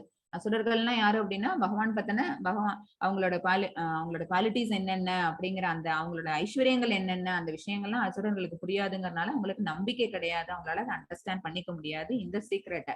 ஆனா பக்தனாகிய உனக்கு புரியும். சரி, இதுதான் வந்து பிரம்ம சமிதியில பிரம்மர் சொல்லியிருப்பாங்க, வேதேஷு துர்லபம் அதுர்லபம் ஆத்ம பக்தோ. வேதேஷு துர்லபம்னா வேத ஞானத்தெல்லாம் கரைச்சு குடிச்சு படிச்சவங்களுக்கு எல்லாம் கூட எப்படி இருக்குமோ பகவானை புரிஞ்சுக்க முடியாதான். அது ரொம்ப அச்சிந்திய சக்தி உள்ளவங்க பகவான். ஓகேவா? நம்மளோட சிந்தனைக்கு அப்பாற்பட்டவங்க. அவங்களை புரிஞ்சுக்கிறதுக்கு ரொம்ப கஷ்டம். ஆனா யாருக்கு ரொம்ப ரொம்ப சிம்பிளா புரியும் அப்படின்னா, துர்லபம் ஆத்ம பக்தோ அப்படின்னா என்ன அர்த்தம்னா, பக்தர்களால அவங்களை புரிஞ்சுக்க முடியும். சரியா? வேதங்களை படிச்ச கூடிய ஞானிகளால கூட புரிஞ்சுக்க முடியாது பகவானை யாரால புரிஞ்சுக்க முடியும்னு பிரம்ம சமயத்துல பிரம்மர் வாழ்த்தி பாடியிருப்பாங்க. வேதேஷு துர்லபம் அதுர்லபம் ஆத்ம பக்தவ். அதை இங்க அர்ஜுனனுக்கு புரியும் அப்படிங்கிறதுக்காக பகவான் இதை தன்னை சொல்லிக்கிறாங்க. தன்னுடைய தோற்றம்ங்கிறது எப்படி இருக்கு அப்படின்னு. காராகிரகத்துல அவங்களோட தோற்றம்ங்கிறது 400 பரமாத்மா ரூபத்துல இருந்துச்சு. அதுக்கப்புறமேட்டு அவங்க என்ன செய்யறாங்க அப்படின்னா, தன்னை குழந்தை அந்த ஃபார்ம்ல தன்னை மாத்திக்கிறாங்க. இப்படிதான் அவங்க ஒரு யுகத்திலையும் நான் தோன்றுகின்றேன் அப்படிங்கிறாங்க. கிருஷ்ணர் எப்போது தோன்றுகின்றார்? மாதாஜி 4.7. மாதாஜி यदा यदा हि धर्मस्य ग्लानिर्भवति भारत अभ्युत्थानम् अधर्मस्य तदात्मानं सृजाम्यहम्. ஹரே கிருஷ்ணா. இது ரொம்ப ஃபேமஸான ஸ்லோகா. எல்லாருக்கும் இந்த வெர்ஸ் தெரியும்னு நினைக்கிறேன். ரொம்ப இம்பார்ட்டன்ட் ஸ்லோகா. எப்போதெல்லாம் எங்கெல்லாம் தர்மம் சீர்குலைந்து அதர்மம் ஆதிக்கம் செலுத்துகின்றதோ பரதகுல தோன்றலே அப்போதெல்லாம் நான் தோன்றுகின்றேன். பகவானுடைய தோற்றம்ங்கிறது எப்ப அப்படின்னு பாத்தீங்கன்னா, அவங்க யாருக்காக? நம்மளோட டிவோட்டிஸ் எல்லாரையும் ரட்சணை பண்றதுக்காக. எங்கெல்லாம் அதர்மம் தலை தூக்கி இருக்குதோ அது எல்லாத்தையும் அந்த தர்மத்தை நிலைநாட்டுறதுக்காக, அசுரர்களை அழிக்கிறதுக்காக அவங்க தோன்றுறாங்க. தன்னுடைய காரணத்தை, தன்னோட தோற்றத்தோட காரணத்தை அவங்க சொல்றாங்க. பகவான் கிருஷ்ணரின் 10 அவதாரங்கள். அவங்களோட அவதாரங்கள் எல்லாம் தெரியுமாங்களா நமக்கு? கூர்மா அவதாரம், மச்சா அவதாரம், மீனா அவதாரம், ஓகேவா? நரசிம்ம அவதாரம், பலராம அவதாரம், அப்புறம் பரசுராம அவதாரம், ராம அவதாரம், கிருஷ்ண அவதாரம், இந்த மாதிரி பல அவதாரங்கள் எடுத்திருக்கிறாங்க. இது மட்டுமா அவங்களோட அவதாரங்கள் அப்படின்னா, பகவானுடைய அவதாரங்களே கேட்டகரைஸ் பண்ணிருக்கலாம். ஓகேவா? குணவதாரங்கள், யுக அவதாரங்கள், புருஷ அவதாரங்கள், லீலா அவதாரங்கள், மன்வந்தர அவதாரங்கள், அப்புறம் சக்தியாவேஷ அவதாரங்கள்னு நிறைய அவதாரங்கள் இருக்கு பகவானுக்கு. நமக்கு தெரிஞ்சது இந்த தவசாதாவரம் 10 தான். ஆனா அவங்க அநேக கோடி அவதாரங்கள் எடுத்திருக்கிறாங்க. அவங்களே அவதாரம் எடுத்து வந்தாலும் வரலாம், அல்லது அவங்க ரெப்ரசன்டேட்டிவா இங்க அனுப்பி வைக்கலாம். எப்படி ரெப்ரசன்டேட்டிவ் வருவாங்க அப்படின்னு பாத்தீங்கன்னா, நம்மளோட ஸ்பிரிச்சுவல் மாஸ்டர்ஸ் இருக்காங்கல்ல, அவங்க எல்லாம் தான் பகவானோட ரெப்ரசன்டேட்டிவ்ஸ். கிருஷ்ணர் கலியுகத்தில் தோன்றுகிறாரா? ஆமா. அவங்க எப்படி தோன்றினாங்க அப்படின்னா, சைத்தன்ய மகாபிரபு அவங்க யாரு அப்படின்னா பகவானோட இன்கார்னேஷன் ஒரு கிளாஸ்லயும் நம்ம பார்த்துக்கிட்டே இருக்கிறோம். அவங்க யாரு அப்படின்னு பாத்தீங்கன்னா, அவங்களோட மூலம் என்ன அப்படின்னா கிருஷ்ண பரமாத்மா தான். சரி, ஏன் கிருஷ்ணர் தோன்றுகிறார்? ரீசன் வேணும்ல. மாதாஜி 4.8. परित्राणाय साधूनां विनाशाय च दुष्कृतां धर्म संस्थापनार्थाय संभवामि युगे युगे. हरे कृष्ण माताजी. ஹரே கிருஷ்ணா. இதுவும் இம்பார்ட்டன்ட் ஸ்லோகா. பக்தர்களை காத்து துஷ்டர்களை அழித்து தர்மத்தின் கொள்கைகளை மீண்டும் நிலைநிறுத்துவதற்காக நானே யுகம் தோறும் தோன்றுகின்றேன். 3 ரீசன் கொடுத்துருக்காங்க பாருங்க. செக்யூர் த டிவோட்டீஸ், அப்புறம் துஷ்டர்களை அழித்து, சரி, அடுத்தது தர்மத்தின் கொள்கைகளை மீண்டும் நிலைநிறுத்துவதற்காக. ஏன்னா தர்மம் தலை தூக்கும் போது அசுரர்களோட அவங்களோட காலம் இருக்கும்போது என்ன ஆகுது அப்படின்னா, அதர்மம்ங்கிறத தலை தூக்கிடுது. தர்மம் கம்ப்ளீட்டா அழிஞ்சிருது. பூமாதேவியோட அவங்களோட கேட்டதுக்காக தானே இப்ப பகவான் கிருஷ்ண ரூபம் எடுத்து வராங்க. கிருஷ்ணாவதாரத்தோட நோக்கமே என்ன அப்படின்னு பாத்தீங்கன்னா, பூமி மாறத்தை குறைங்க. பூமி தேவி போய் கேட்டுக்கிறாங்க, என்னால பாரம் தாங்க முடியல, அசுரர்களோட அட்டூழியம்ங்கிறது ரொம்ப ஜாஸ்தி இருக்குது, சோ ஹெல்ப் பண்ணுங்க அப்படின்னு போய் கேட்கும் போதுதான் பகவான் என்ன செய்யறாங்க அப்படின்னா கிருஷ்ணாவதாரம் அப்படிங்கிறது நிகழுது. அசுரர்கள் எல்லாரையும் அழிக்கணுங்கிறதுக்காக தான் இந்த அவதார நோக்கமே. அதற்காக நான் யுகந்தோறும் தோன்றுகிறேன். சாதுக்களை என்ன பண்ணணும்? ரட்சணை பண்ணணும். பக்தர்களை ரட்சணை பண்ணணுங்கிறதுக்காக பகவான் தோன்றுறாங்க. கிருஷ்ணரை அறிவதால் என்ன பலன்? அவங்களை நம்ம தெரிஞ்சுக்கிறதுனால நமக்கு என்ன பலன் அப்படிங்கறது பகவானே சொல்லுவாங்க. நம்ம எந்த அளவுக்கு அவங்களோட, நான் தான் சொன்னேன்ல, டிகிரி ஆஃப் சரண்டர். ஓகேவா? நம்ம எந்த அளவுக்கு அவங்கள்ட்ட நம்ம போய் அடிபணியறோமோ அந்த அளவுக்கு அவங்க நமக்கு என்ன செய்வாங்க? ரட்சணை கொடுப்பாங்க. மாதாஜி 4.9. जन्म कर्म च मे दिव्यम् एवं यो वेत्ति तत्त्वतः त्यक्त्वा इतेहं पुनर्जन्म नैति मामेदि सोऽर्जुन. हरे कृष्ण माताजी. ஹரே கிருஷ்ணா. எனது தோற்றமும் செயல்களும் திவ்யமானவை என்பதை எவனொருவன் அறிகின்றானோ அவன் இந்த உடலை விட்ட பின் மீண்டும் இப்பௌதிக உலகில் பிறவி எடுப்பதில்லை. ஓகேவா? யார் அறிய முடியும் அப்படின்னா சாதுக்கள், அதாவது பக்தர்கள் அறிவாங்க. என்ன? பகவானுடைய தோற்றம் செயல்கள் எல்லாமே திவ்யமானது, பரமானது. சரியா? நமக்கும் அவங்களுக்குமான அந்த டிஃபரன்ஸ்ங்கிறது ரொம்ப ஜாஸ்தி இருக்கு. ஓகே, நம்ம எல்லாம் அவங்களோட குவாலிட்டிஸ் நம்மள்ட்ட இருக்கு அப்படின்னாலும் எல்லா குவாலிட்டிஸ் இருக்கா அப்படின்னு கேட்டா இருக்காது. பகவான்கிட்ட இருக்கக்கூடிய அப்யூலன்சஸ், ஐஸ்வர்யங்கள் மொத்தம் 6. அந்த 6ம் நிரம்ப பெற்றவங்க. பகவான் அந்த பேர் வந்ததுக்கு காரணம் என்ன? கிருஷ்ண பரமாத்மாவுக்கு பராசர முனிவரால் கொடுக்கப்பட்டதுதான் அந்த பகவான் அப்படிங்கிற அந்த நாமம். என்னன்னு பாத்தீங்கன்னா, எல்லா செல்வம், எல்லா அழகு, எல்லா வலிமை, எல்லா துறவு, அப்புறம் எல்லா ஞானம். ஓகேவா? இது எல்லாமே நிரம்ப பெற்றவங்க அப்படின்னு பாத்தீங்கன்னா யாரு அப்படின்னா, எல்லா புகழ், இந்த 6 விஷயங்களும் நிரம்ப பெற்றவங்க பகவான். நம்மள்ட்ட அவங்கள்ட்ட இருந்து பிரிஞ்சு வந்த இந்த ஜீவாத்மாக்கே நம்மள்ட்ட எல்லாம் ஏதாவது ஒண்ணு இருக்கும். ஒருத்தவங்க ரொம்ப பணக்காரங்களா இருப்பாங்க. ஓகே, அந்த பணக்காரங்க எல்லாம் அப்ப அந்த எவ்வளவு செல்வம் இருக்கும்? பகவான் அளவுக்கு செல்வம் இருக்குமா? இருக்காது. ஓரளவுக்கு வச்சிருப்பாங்க.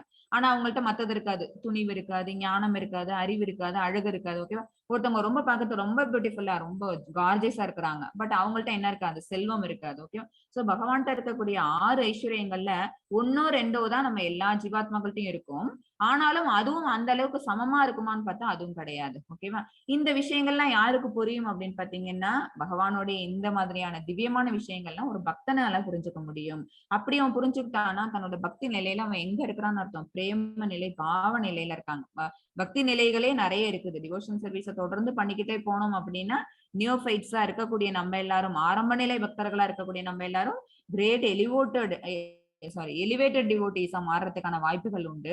அப்படி நம்ம போனோம்னு வச்சுக்கோங்களேன், அப்ப நம்மளால என்ன செய்ய முடியும்? பகவானுக்கான செயல்கள மட்டும் தான் செய்ய முடியும். சதா சர்வ காலமும் அவங்களோட நாமத்தான நம்ம என்ன செஞ்சுட்டு இருப்போம்? சொல்லிக்கிட்டே இருப்போம். அவங்களால அவங்க என்ன பண்ண மாட்டாங்க? பௌதீக உலகில் மீண்டும் பிறவி எடுப்பதில்லை. அர்ஜுனா அவன் எனது நித்திய உலகை அடைகின்றான். அவங்க பகவானோட அந்த பாதத்தை போய் அவங்க சரண்டர் பண்ணிடுறாங்க. கிருஷ்ணருக்கும் நமக்கும் என்ன வித்தியாசம்? இப்பதான் நான் சொன்ன அந்த டிஃபரன்ஸ் வரப்போகுது. பகவானுடைய வடிவம்ங்கிறது ஆன்மீகமானது, ஸ்பிரிச்சுவல் பாடி. அவங்களோடது ஸ்பிரிச்சுவல் பாடி, நம்மளோடது என்ன அப்படின்னா டெம்பரரி பாடி. ஓகேவா? இது கவர்னிங்ஸ் ஆஃப் த சோல். இதை பாத்தீங்கன்னா நமக்கு தெரியும். இது நம்மளுடைய ஸ்தூல உடல் வெளியில தெரியுது இல்ல, கிராஸ் பாடி அப்படிங்கிறது வெளியில தெரியுது இல்ல. இந்த கிராஸ் பாடிங்கிறது எதால ஆனதுன்னா பஞ்சபூதங்களால் ஆனது. நிலம், நீர், நெருப்பு, காற்று, ஆகாயம். இந்த 5 விஷயங்கள் தான் இந்த நம்மளோட அவுட்டர் பாடி இருக்கு பாத்தீங்களா? இது எதால it is made up of அப்படின்னா அந்த 5 டிஃபரெண்ட் திங்ஸ். அடுத்தது சட்டில் பாடின்னு ஒண்ணு இருக்குது. அது என்ன அப்படின்னு பாத்தீங்கன்னா மனம், புத்தி, அகங்காரம். ஓகேவா? இந்த மனம், புத்தி, அகங்காரம் அது உள்ளரதான் என்ன இருக்குன்னா சோல் இருக்குது. சோ ஒரு பாடி நம்ம என்ன பண்ணலாம் அப்படின்னு 3ஆ பிரிச்சோம்னா, உள்ளர இருக்கிற சோல் ஆத்மா, அதாவது ஜீவாத்மா, அடுத்தது சட்டில் பாடி, அடுத்தது கிராஸ் பாடி. இந்த ஆத்மா என்ன ஆகுது அப்படின்னா, இந்த உடலை விட்ட பின் இந்த கிராஸ் பாடியை மட்டும் விட்டுருது. இந்த சட்டில் பாடியும் எடுத்துக்கிட்டு இந்த ஆத்மா என்ன செய்யும் அப்படின்னா, அடுத்த உடலை நோக்கி போகும். சரியா? எதுக்கு இந்த சட்டில் பாடியும் சேர்ந்து போகுது அப்படின்னா, உணர்வுகளை கேரி பண்ணிட்டு போறது எது அப்படின்னா அந்த சட்டில் பாடி தான். மனம், புத்தி, அகங்காரம் இந்த இந்த 3ம் தான் இந்த உடலை வச்சிட்டு இருக்கும் போது இந்த ஆத்மாவானது என்ன மாதிரி செயல்களை செஞ்சுதோ அதோட விளைவுகளை எது அனுபவிக்க போகுது அப்படின்னா அந்த சட்டில் பாடி தான் அனுபவிக்க போகுது. ஓகேவா? அதனால அந்த ஆத்மாவோட அதுவும் சேர்ந்து கேரி ஆகும். பட் இந்த மாதிரி விஷயங்கள் எதுவுமே யாருக்கிட்ட இருக்காதுன்னா பகவான் கிட்ட இருக்காது. அவங்க எப்ப இங்க இறங்கி வந்தாங்கன்னாலும், எந்த இடத்துல தோற்றம் அளிச்சாங்கன்னாலும் அவங்களோட திவ்யமான உடலோடே தான் அவங்க தன்னுடைய தோற்றத்தை எடுத்துப்பாங்க. ஏன்னா அவங்க அவதார நோக்கம் என்ன அப்படின்னா பக்தர்களை காக்கணும் அப்படிங்கிறதுக்காக தான். சோ நம்ம எல்லாரும் என்ன அப்படின்னு பாத்தீங்கன்னா மாயையால கட்டுப்படுத்தப்படுகிறோம். மாயை சக்தியை யாரு உண்டு பண்ணா அப்படின்னா பகவான் தான் உண்டு பண்ணியிருக்கிறாங்க. மாயா சக்திங்கிறது அந்த முக்குணங்கள். அந்த 3 குணங்களும் யாருக்கிட்ட இருந்து வெளிவந்தது அப்படின்னா பகவான் கிட்ட இருந்து தான். ஆனா அந்த 3த்துக்கும் கண்ட்ரோலா இருக்கிறவங்க நம்ம தான். பட் பகவான் அதற்கு அப்பாற்பட்டு நிக்கிறாங்க. மாயையின் கட்டுப்பாட்டாளரா பகவான் இருக்கிறாங்க. இதுதான் வந்து நமக்கும் அவங்களுக்குமான டிஃபரன்ஸ். 4.10 மெத்தட்ஸ். वीतरागभयक्रोधाः मन्मया मामुपाश्रिताः बहवो ज्ञानतपसा பூதா மத்பாவம் ஆகதாஹ. ஹரே கிருஷ்ண மாதாஜி. ஹரே கிருஷ்ணா. பற்றுதல், பயம், கோபம் இந்த 3 விஷயம். வீத ராக பய குரோதம். பற்றுதல், பயம், கோபம் இவற்றிலிருந்து விடுபட்டு முழுவதும் எண்ணில் லயித்து. ஓகேவா? பகவான் கிட்ட நம்ம ஃபர்ஸ்ட் என்ன செய்யணும் அப்படின்னா லயிக்கணும். நமக்கு வந்து முதல்ல நம்ம இந்த மாதிரி ஒரு ஸ்பிரிச்சுவலா நம்ம ஜேர்னி ஸ்டார்ட் பண்றோம், இந்த மாதிரி விஷயங்களை கத்துக்க ஆரம்பிக்கிறோம் அப்படின்னா இனிஷியலா நமக்கு எப்படி இருக்கும்னா ஒரு இன்ட்ரெஸ்ட் இருக்கும். போக போக அந்த இன்ட்ரெஸ்ட் என்ன ஆகும் அப்படின்னா குறைய ஆரம்பிக்கும். அது குறையறதுக்கான காரணம் என்ன அப்படின்னா அந்த லைப்பு இல்லாம போறது. ஓகேவா? அதனால முழுசா நம்ம என்ன பண்ணிக்கணும் அப்படின்னா இன்வால்வ் ஆகணும். நம்ம செய்யக்கூடிய செயல்பாட்டுல அந்த இன்வால்வ்மெண்ட்டை காட்டணும். ஏன்னா அதிகாலையில எந்திரிச்சு நாம ஜபம் பண்றது, அப்புறம் டெம்பிள்ல ஹாரத்தி பாக்குறது, அப்புறம் வீட்டுல பூஜைகள் பண்றது, துளசி ஹாரத்தி பண்றது. ஓகேவா? இந்த மாதிரியான விஷயங்களை நம்ம கண்டினியூஸா பண்ணும்போது ஸ்டார்டிங்ல அது எப்படி இருக்கும் அப்படின்னா நிறைய ஹர்டல்ஸ் வரும். நிறைய பிரச்சனைகளை தாண்டி தான் அதை வந்து நம்ம என்ன பண்ணிக்கணும் நம்மளோட லைஃப்ல அதுவும் நம்மளோட பார்ட் ஆஃப் லைஃபா அதை மாத்திக்க ஆரம்பிக்கணும். ஓகேவா? அது வரைக்கும் நம்மளால என்ன செய்ய முடியாது, ஃபுல் போக்கஸ்டா அந்த விஷயங்கள் எல்லாத்தையும் செய்ய முடியாது. ஒன்ஸ் நம்ம ஆரம்பிச்சிட்டோம், ஃபுல் போக்கஸ்டா கான்சென்ட்ரேட்டட் நம்ம பண்ண ஆரம்பிச்சிட்டோம் அப்படின்னா அந்த டிட்டர்மினேஷன்ல இருந்து நம்ம வெளியில வரவே மாட்டோம். ஓகேவா? அதுதான் முழுவதும் அவங்கள லயிக்கிறதுன்னு இருக்கு. ஓகேவா? அப்படி லயிச்சுட்டாங்கன்னா என்னை சரணடைந்த பற்பல நபர்கள் என்னை பற்றிய அறிவால் இதற்கு முன் தூய்மை அடைந்துள்ளனர். இவ்வாறாக அவர்கள் எல்லாரும் என் மீது திவ்யமான அன்புடையவர்கள் ஆனார்கள். பகவானை பத்தி தெரிஞ்சுக்கிட்டோம் அப்படின்னு வச்சுக்கோங்களேன், நமக்கு என்ன ஆயிடும், நம்ம செய்யறதெல்லாம் ரொம்ப சாதாரண விஷயங்கள், இல்ல கலங்கமான செயல்கள். இந்த கலங்கங்கள்ல இருந்து நம்ம என்ன பண்ணிக்கணும், நம்ம விடுதலை பண்ணிக்கணும். இதுல இருந்து நம்ம இதுவரைக்கும் செஞ்ச இந்த பாவங்கள் ஏதாவது இருந்ததுன்னா அந்த பாவத்தை போக்கிக்கணும் அப்படிங்கிற எண்ணம் நமக்கு வரும். அப்ப ஆட்டோமேட்டிக்கா நம்ம மேல மேல என்ன செய்வோம், பகவான் மேல நிறைய டிவோஷனல் சர்வீஸ் பண்ண ஆரம்பிப்போம். இப்ப இந்த மாதிரி நம்ம பண்ண ஆரம்பிச்சோம் அப்படின்னா அதுக்கு பகவான் எப்படி பதில் கொடுக்குறாங்க? 4.11 Madaj. Yes, Mataji. ये यदा मां प्रपद्यन्ते तांस्तदैव भजाम्यहं मम वर्त्मानुवर्तन्ते मनुष्या पार्थ सर्वशाः. हरे कृष्ण माताजी. என்னிடம் சரணடைந்தவருக்கு ஏற்றார் போல நான் அனைவருக்கும் பலன் அளிக்கிறேன். பிரிதாவின் மகனை எல்லா விதத்திலும் அனைவரும் என் வழியே பின்பற்றுகின்றனர். அதாவது மனித சக்திக்கு அப்பாற்பட்ட சக்தி படைச்சவங்க பகவான். ஓகேவா? அவங்க செஞ்ச செயல்கள் அப்படிங்கிறது நம்மளால நினைச்சு கூட பார்க்க முடியாது. அதனாலதான் அச்சிந்திய சக்தி அப்படின்னு சொல்றது. அவங்கள பத்தி நம்ம யோசிக்கிறது எல்லாமே நம்மளோட கற்பனைங்கிறது ஒரு லிமிட்டா தான் இருக்கும். பியாண்ட் த லிமிட் தான் அவங்களோட விஷயங்கள் எல்லாம் போகும். திரௌபதிக்கு அந்த அந்த வஸ்திரம் கொடுத்ததற்கு பாத்தீங்களா அது. அப்புறம் துர்வாசர் என்ன செஞ்சாங்க, 10,000 சீடர்களோட திடீர்னு வனவாசத்துல இருந்த பாண்டவர்கள் கிட்ட வந்துட்டாங்க, சாப்பிடணும், உடனே எங்களுக்கு சாப்பாடு ஏற்பாடு பண்ணுங்க அப்படின்னு சொல்றாங்க. 10,000 பேருக்கு சாப்பாடு போடுறதுங்கிறது வனவாசத்துல இருக்கக்கூடியவங்களால சாத்தியமான விஷயமா?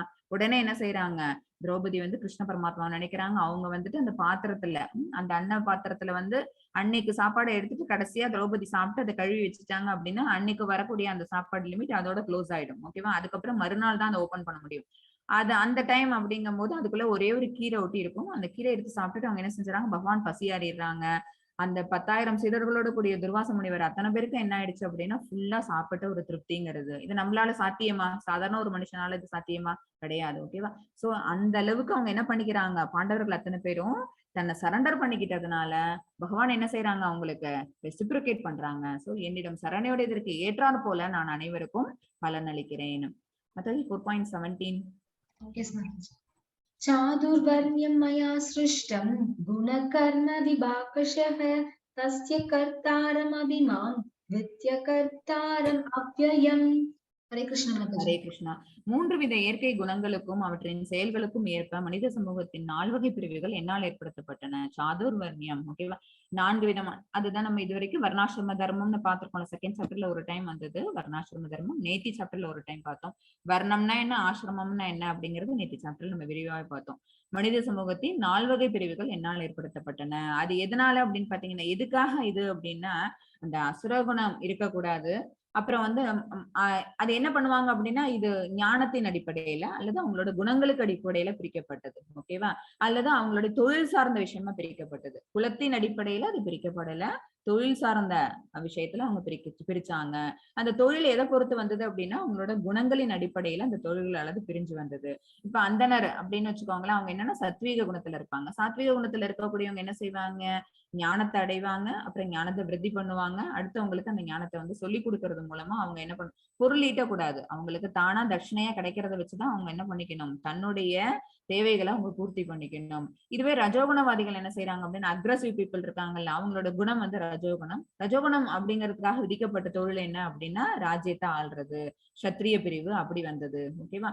ரஜோகுணமும் அந்த தமோகுணமும் ரெண்டும் ஒண்ணு சேர்ந்தது யாரு அப்படின்னு பாத்தீங்கன்னா, வைசியர்கள். ஏன்னா வியாபாரிகளுக்கு சில நேரம் என்ன வேணும் அப்படின்னா, நேர்மையும் வேணும், நியாயமாவும் இருக்கணும், அதே சமயத்துல கொஞ்சம் சூதுவாதும் தெரிஞ்சிருக்கணும். ஓகேவா? சோ ஞானமும் இருக்கணும், அவங்களுக்கு அதே சமயம் என்ன பண்ணணும் அப்படின்னா கொஞ்சம் பொய் அந்த மாதிரி. அதாவது அவங்க மேனிபுலேட் பண்ணிக்க வேண்டாம், தன்னிக்கிட்ட இருக்கிற ஒரு விஷயத்த அவங்க வெளியில காமிச்சுக்கணும் அப்படின்னா கொஞ்சம் என்ன செய்வாங்க, கூட சேர்த்து கொஞ்சம் போட்டு அவங்க சொல்லுவாங்கல்ல, தன்னுடைய விஷயத்த மிகைப்படுத்தி பேசுவாங்கல்ல, அந்த மாதிரியான ஒரு அறிவு உள்ளவங்க எல்லாம் என்ன மாதிரி அவங்களோட தொழில் எப்படி இருக்கும் அப்படின்னா, அந்த ஆடு மாடு இந்த மாதிரி பசுக்களை பராமரிக்கிற வேலை, அப்படி எல்லாம் வாணிகம் செய்யறது அல்லது விவசாயம் பண்ற வேலை. சரியா? சூத்திரர்கள் என்ன அப்படின்னா, உங்களுக்கு துளி கூட என்ன இருக்காது, நான் என்ன செய்யணும் அப்படிங்கிற ஞானம் இருக்காது. யார் ஒருத்தவங்க தன்னுடைய முதலாளியா இருந்து சொல்லி தராங்களோ அந்த இன்ஸ்ட்ரக்ஷன்ஸை ஃபாலோ பண்ணக்கூடியவங்க இருக்கவங்க சூத்திரர்கள். கம்ப்ளீட் இக்னரண்ட் மோட்ல இருக்கிறவங்க, அறியாமையில இருக்கிறவங்க. சோ அவங்களுடைய தொழில் சார்ந்துதான் என்ன ஆச்சு அப்படின்னு பாத்தீங்கன்னா, பகவான் இந்த சாதுர்வர்ணியம்ங்கிற இந்த 4 ஆசிரம பிரிவுகளை படைச்சாங்க. இம்முறையை படைத்தவன் நானே ஆயினும் மாற்றமற்ற என்னை செயல்களுக்கு அப்பாற்பட்டவனாக அறிந்து கொள். இந்த 4 முறைகளையும் அவங்கதான் படைச்சாங்க, பகவான்கிட்ட தான் வந்தது.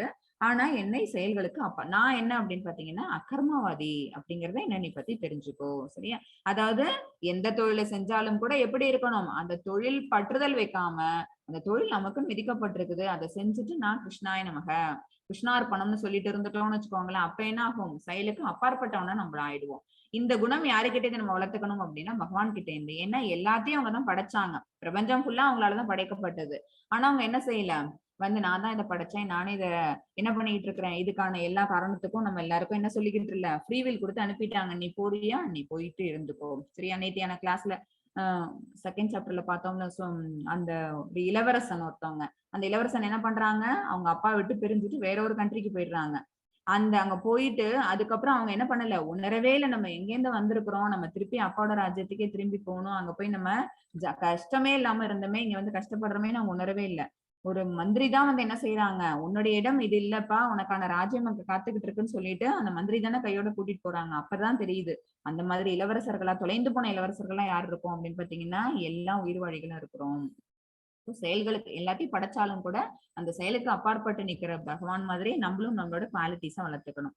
கிருஷ்ணர் வர்ணாசிரம முறையை ஏன் கொண்டு வந்தாங்க, அதுக்கு கீழே அவங்க வருவாங்களா? ஓகேவா? 4.14 மெத்தட்ஸ். நமாம் கர்மாணி லிம்பந்தி நமே கர்ம பலே ஸ்ப்ருஹா இதி மாம் யோ விஜானாதி கர்ம பிர்ன சபத்யதே. ஹரே கிருஷ்ண ஹரே மாதாஜி. கிருஷ்ணா.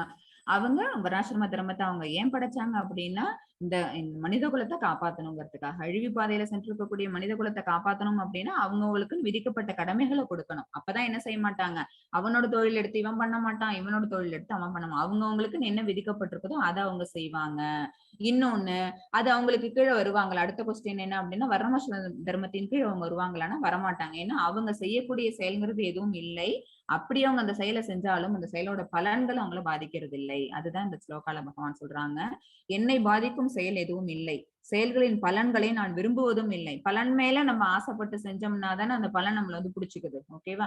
அதுதானே நம்ம என்னன்னு சொல்லியிருக்கிறோம், இந்த கட்டுப்படுத்துறது, நம்மள பந்தப்படுத்துறது எது அப்படின்னா நம்ம செய்யக்கூடிய செயல்கள் தான். அது விருப்பம் வச்சுட்டு இல்ல அப்ப இங்கே இரு அப்படின்னுறாங்க. ஓகேவா?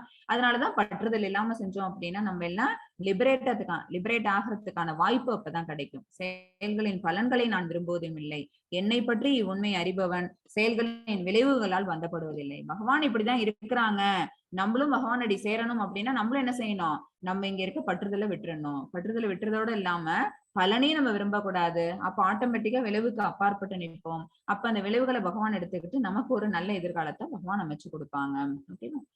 4.17 மெத்தட்ஸ். कर्मणो ह्यपि बोद्धव्यं बोद्धव्यं च विकर्मणः अकर्मणश्च बोद्धव्यं कहना कर्मणो गतिः. हरे कृष्ण ஹரே माताजी. கிருஷ்ணா. இப்ப நம்ம பரமாத்மா அவங்க, நம்ம எல்லாம் ஜீவாத்மா. இந்த ஜீவாத்மா எல்லாத்தையும் படைச்சவங்க யாரு அப்படின்னு பாத்தீங்கன்னா பரமாத்மா தான். நம்ம எல்லாரும் யாருக்கான சேவையை செய்யணும் அப்படின்னா பகவான் சேவை தான், கிருஷ்ண சேவை தான் நம்ம எல்லாரும் பண்ணணும். ஆனா அந்த ஆத்மாவானது என்ன பண்ணுது, இங்க வந்த உடனே இங்க இருக்கிற என்ஜாய்மெண்ட்ஸ் எல்லாத்தையும் பார்த்துட்டு பகவானை மறந்துட்டு ஊமுக்குள்ள இருக்கும்போது அந்த குழந்தை அம்மாவோட வயிற்றுக்குள்ள இருக்கும்போது அந்த கருவானது வெளியில வர்றதுக்குள்ள அது படக்கூடிய துன்பங்கள் இருக்கு பாத்தீங்களா, அந்த துன்பங்கள் அவ்வளவு எண்ணிலடங்காதது, அவ்வளவு கஷ்டப்படும். அப்ப அது பகவானை வேண்டிக்குமா, சிச்சோ எனக்கு இன்னொரு பிறவிங்கிறத கொடுத்துறாத, நான் இவ்வளவு கஷ்டப்படுறேனே, நான் இந்த அளவுக்கு இவ்வளவு துன்பப்படணும். ஏன்னா அவ்வளவு புழுக்கள், அப்படி ஒரு இடத்துல அது அந்த தண்ணிக்குள்ள அது நீந்திக்கிட்டு இருக்குது, அவ்வளவு புழுக்கள் அதோட உடம்ப போட்டு கடிக்குது, அவ்வளவு வலியும் வேதனையும் அந்த உயிரானது அனுபவிக்குது அந்த கரு. ஓகேவா? அது ஆனா வெளியில வந்துட்டு உலர் இருக்கும்போது அவ்வளவு பிரேயர்ஸ் வச்சு அந்த கருவானது வெளியில வந்த உடனே இந்த பௌதிக உலகத்தோட டச் ஆன உடனே என்ன ஆயிடுச்சு, கம்ப்ளீட்டா பகவானை பத்தின அந்த ஞாபகத்தை அதை விட்டுருது. கம்ப்ளீட்டா என்ன ஆயிடுறோம், இந்த கர்மாக்கு என்டாங்கிள் ஆயிடுறோம். நம்ம காடு தான், பகவான் தான் இந்த ஜீவாத்மாவெல்லாம் படைச்சாங்க. ஆனா பகவான் என்ன ஆகல அப்படின்னா இந்த ஜீவாத்மா செய்யக்கூடிய எல்லா விஷயங்களுக்கும் அவங்க என்ன ஆகல, ரெஸ்பான்சிபிலிட்டி கேட்கல.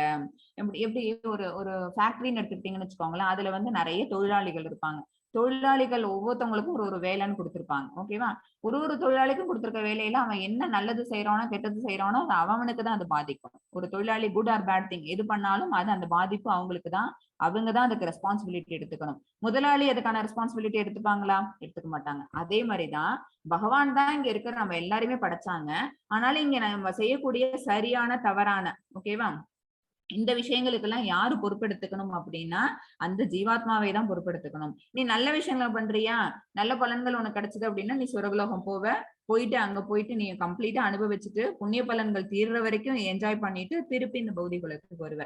இல்ல நீ பாவ பல காரியங்களே பண்றியா, அதுக்கு தகுந்த மாதிரி பாவ விளைவுகள் ஒண்ணு ஆட்படுத்தும். அப்ப அந்த ஆத்மா என்ன செய்யும், கீழான லோகங்களுக்கு போகும், நரகத்துக்கு போகும், அல்லது வேற மாதிரியான இடத்துக்கெல்லாம் போயிட்டு அது கஷ்டத்தை தீர்த்துக்கிட்டு மறுபடியும் அது பௌதிக உலகத்துக்கு மறுபிறவி எடுத்து வரும். ஓகேவா? இந்த 2 விஷயமே யார் தான் பாத்துக்கிட்டானோ அப்படின்னா ஜீவாத்மா தான். ஏன்னா they are the responsible. they are responsible. பகவான்கிட்ட இருந்து வந்தாலும் கூட ஜீவாத்மா தான் ரெஸ்பான்சிபிள். ஓகேவா? தொழிலாளி தான் எப்படி செய்யற தப்புக்கு காரணமோ அதே மாதிரி ஜீவாத்மா தான் இங்க நடக்கக்கூடிய விஷயங்கள் எல்லாத்துக்கும் காரணமாவாங்க. அதுதான் பகவான் வந்து திருப்பி திருப்பி சொல்றாங்க. செயல்களுக்கு நான் காரணம் இல்லை, செயல்களை உருவாக்கினவன் நானே, ஆனாலும் இந்த செயல்களுக்கு காரணம் இல்லை. ஓகேவா? இப்ப அந்த செயல்களை பத்தி தான் நம்ம ஃபர்ஸ்ட் நான் ஸ்டார்டிங்ல சொன்னது கர்மா, விகர்மா அண்ட் அகர்மா. இந்த 3 டிஃபரெண்ட் செயல்கள் என்னென்னு பார்ப்போம். செயல்களின் நுணுக்கங்களை உணர்வது மிக கடினம். சரியா? யார் என்ன மாதிரியான செயல்களை செய்யறோம் அப்படின்னு நம்ம உணர்ந்துக்கிறதுக்கு வந்து தனி ஞானம் வேணும். அதுதான் அந்த உணர்வு அறிவு தான் அதை கொடுக்குது. எனவே கர்மம் என்பது என்ன, அதாவது செயல்னா என்ன, விகர்மம் அதாவது தடை செய்யப்பட்ட செயல், தீய செயல்கள்னு சொன்னோம்ல, பிரின்சிபிள்ஸே ஃபாலோ பண்ணாம செய்யக்கூடிய செயல்கள்ங்கிறது விகர்மம்.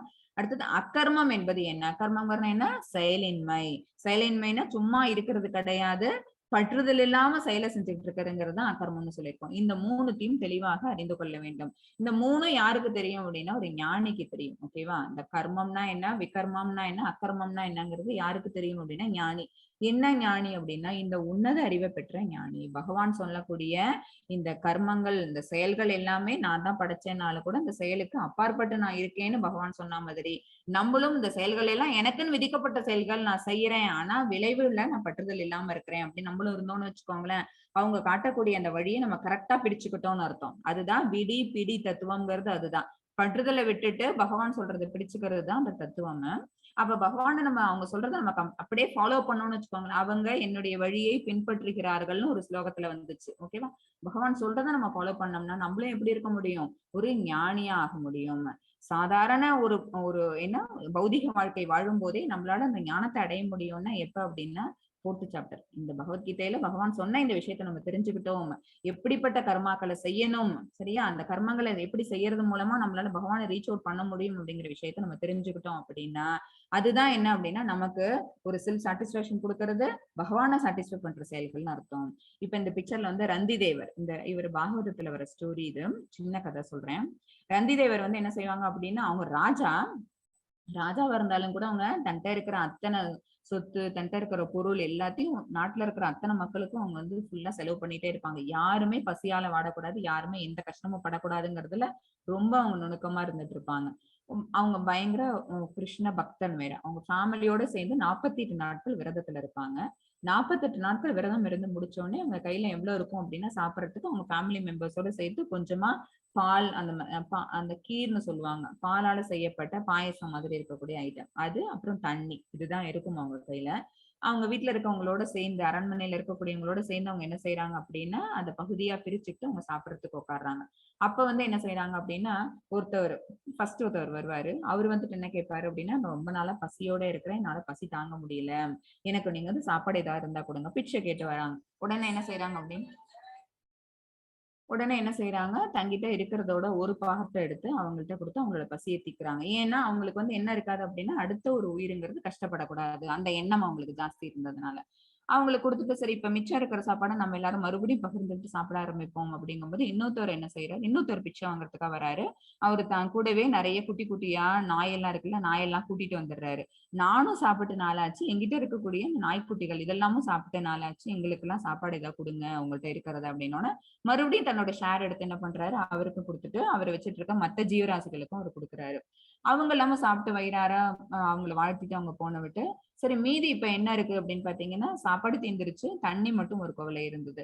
அப்ப அங்கிருந்து வந்து என்ன பண்றாங்க அப்படின்னா ஒரு நாயை தின்னக்கூடிய ஒரு சண்டாளங்கிறது ரொம்ப இழிபிறப்பு. ஓகேவா? நாயை தின்பவன்னு பேரு. ஆமாரா வந்துட்டு நான் சாப்பிட்டு ரொம்ப நாளாச்சு, உணவுங்கிறதே எனக்கு கிடைக்கல, எங்கிட்ட இந்த தண்ணி தான்ப்பா இருக்கு, இந்த ஒரு கோழி தண்ணி என்னுடைய உயிரை காக்கும், எனக்கு கொடுங்கன்னு கேட்டு அந்த சண்டாளனும் வாங்கி அதை குடிச்சிடறான். இப்ப வந்து இவர் கையில 48 நாள் விரதத்துக்கு அப்புறம் இவங்க கையிலயுமே எதுவுமே இல்லை, ஆனாலும் கூட இவர்கிட்ட இப்ப என்ன இருந்தது அப்படின்னா அந்த ஒரு செல்ஃப் சாட்டிஸ்பாக்சன், செல்ஃப் கண்டைன்மெண்ட் இருந்தது. ஆக நம்மள்ட்ட பசின்னு கேட்டு வந்த ஒரு 3 ஜீவராசிகள், அப்புறம் மற்ற ஜீவராசிகள், அது எல்லாத்துக்கும் நம்மளால உணவு கொடுத்து அவங்களோட உயிரை காப்பாத்த முடிஞ்சதே. இந்த மாதிரியான ஒரு சக்தியாவது எனக்கு கொடுத்த அப்படின்னு சொல்லிட்டு பகவான் கிட்ட ஒரு நன்றி தெரிவிச்சுக்கிறாரு. இப்படி ஒரு நிலைமையில கூட இவர் என்ன செய்யல, ஆஹா நம்மள்ட்ட இருந்ததே கொஞ்சம், அதையும் வந்து வாங்கி சாப்பிட வந்துட்டாங்களேன்னு கொஞ்சம் கூட என்ன பண்ணல, அவங்க ஃப்ரஸ்ட்ரேட் ஆகாம எல்லாருக்கும் கொடுத்தத இந்த மாதிரியான ஒரு விஷயத்த உண்டு பண்ணா மட்டும்தான் அவங்களோட உண்மையான ரூபம் என்னன்னு தெரியுங்கிறதுக்காக, அவங்கள டெஸ்ட் பண்ணுங்கிறதுக்காக தான் வந்தவங்க யாரு அப்படின்னா, பிரம்மா, சிவபெருமான் இவங்கெல்லாம் தான் அந்த ரூபம் எடுத்து வந்தவங்க. அவங்க எல்லாம் மறுபடியும் ரந்தி தேவருக்கு முன்னாடி வந்து காட்சி கொடுத்து என்ன சொல்றாங்க, இந்த மாதிரி உன்கிட்ட இருக்கிற பொருள், கடைசி பொருளை கூட நீ அடுத்தவங்களுக்காக நீ குடுப்பியா, உன்னுடைய தர்மம்ங்கிறது, பரோதர்மம் இது பேர். இதுங்கிறது எந்த அளவுக்கு அப்படிங்கறத தெரியப்படுத்தணும் இந்த உலகத்துக்கு. அப்புறம் உன்னுடைய அந்த கிருஷ்ணர் மேல நீ வச்சிருக்கக்கூடிய பக்திங்கிறது அளவு கடந்ததுங்கிறத வெளியில தெரியப்படுத்தணுங்கிறதுக்காக நாங்க இங்க வந்தோம் அப்படின்னு சொல்லிட்டு அவர் செஞ்சக்கூடிய அந்த இதுதான் என்ன அப்படின்னு பாத்தீங்கன்னா கர்மம். அக்கர்மம்ங்கிறது இதுதான். ஓகேவா? அதாவது அவர் பண்ணாரு, விரதம் இருந்தாரு, விரதம் இருந்து இந்த விரதத்தை முடிச்சுக்கணும். முடிச்சுக்கும் போது அவங்க கையில இருந்த அந்த கொஞ்சோண்டு சாப்பாடை கூட அவங்க என்ன செஞ்சாங்க அப்படின்னா அடுத்தவங்களுக்கு அதை கொடுத்தாங்க. அப்ப நான் செய்யக்கூடிய அந்த பலன், அந்த அப்ப விரதத்தை முடிச்சாதான் அந்த பலன் கிடைக்கும். ஆனா அந்த பலன் என்ன அப்படிங்கறது, அதை அடையணும் அப்படிங்கிற விருப்பம் கூட இல்லாம அவங்க என்ன செய்யறாங்க, அடுத்தவங்களுக்கு பரோதர்மம் மூலமா அவங்களோட அவங்களுக்கு சாப்பாடு கொடுத்து அவங்களோட பசியை தீர்க்கறது மூலமா அவர் என்ன செஞ்சாரு அப்படின்னா சந்தோஷப்பட்டாங்க.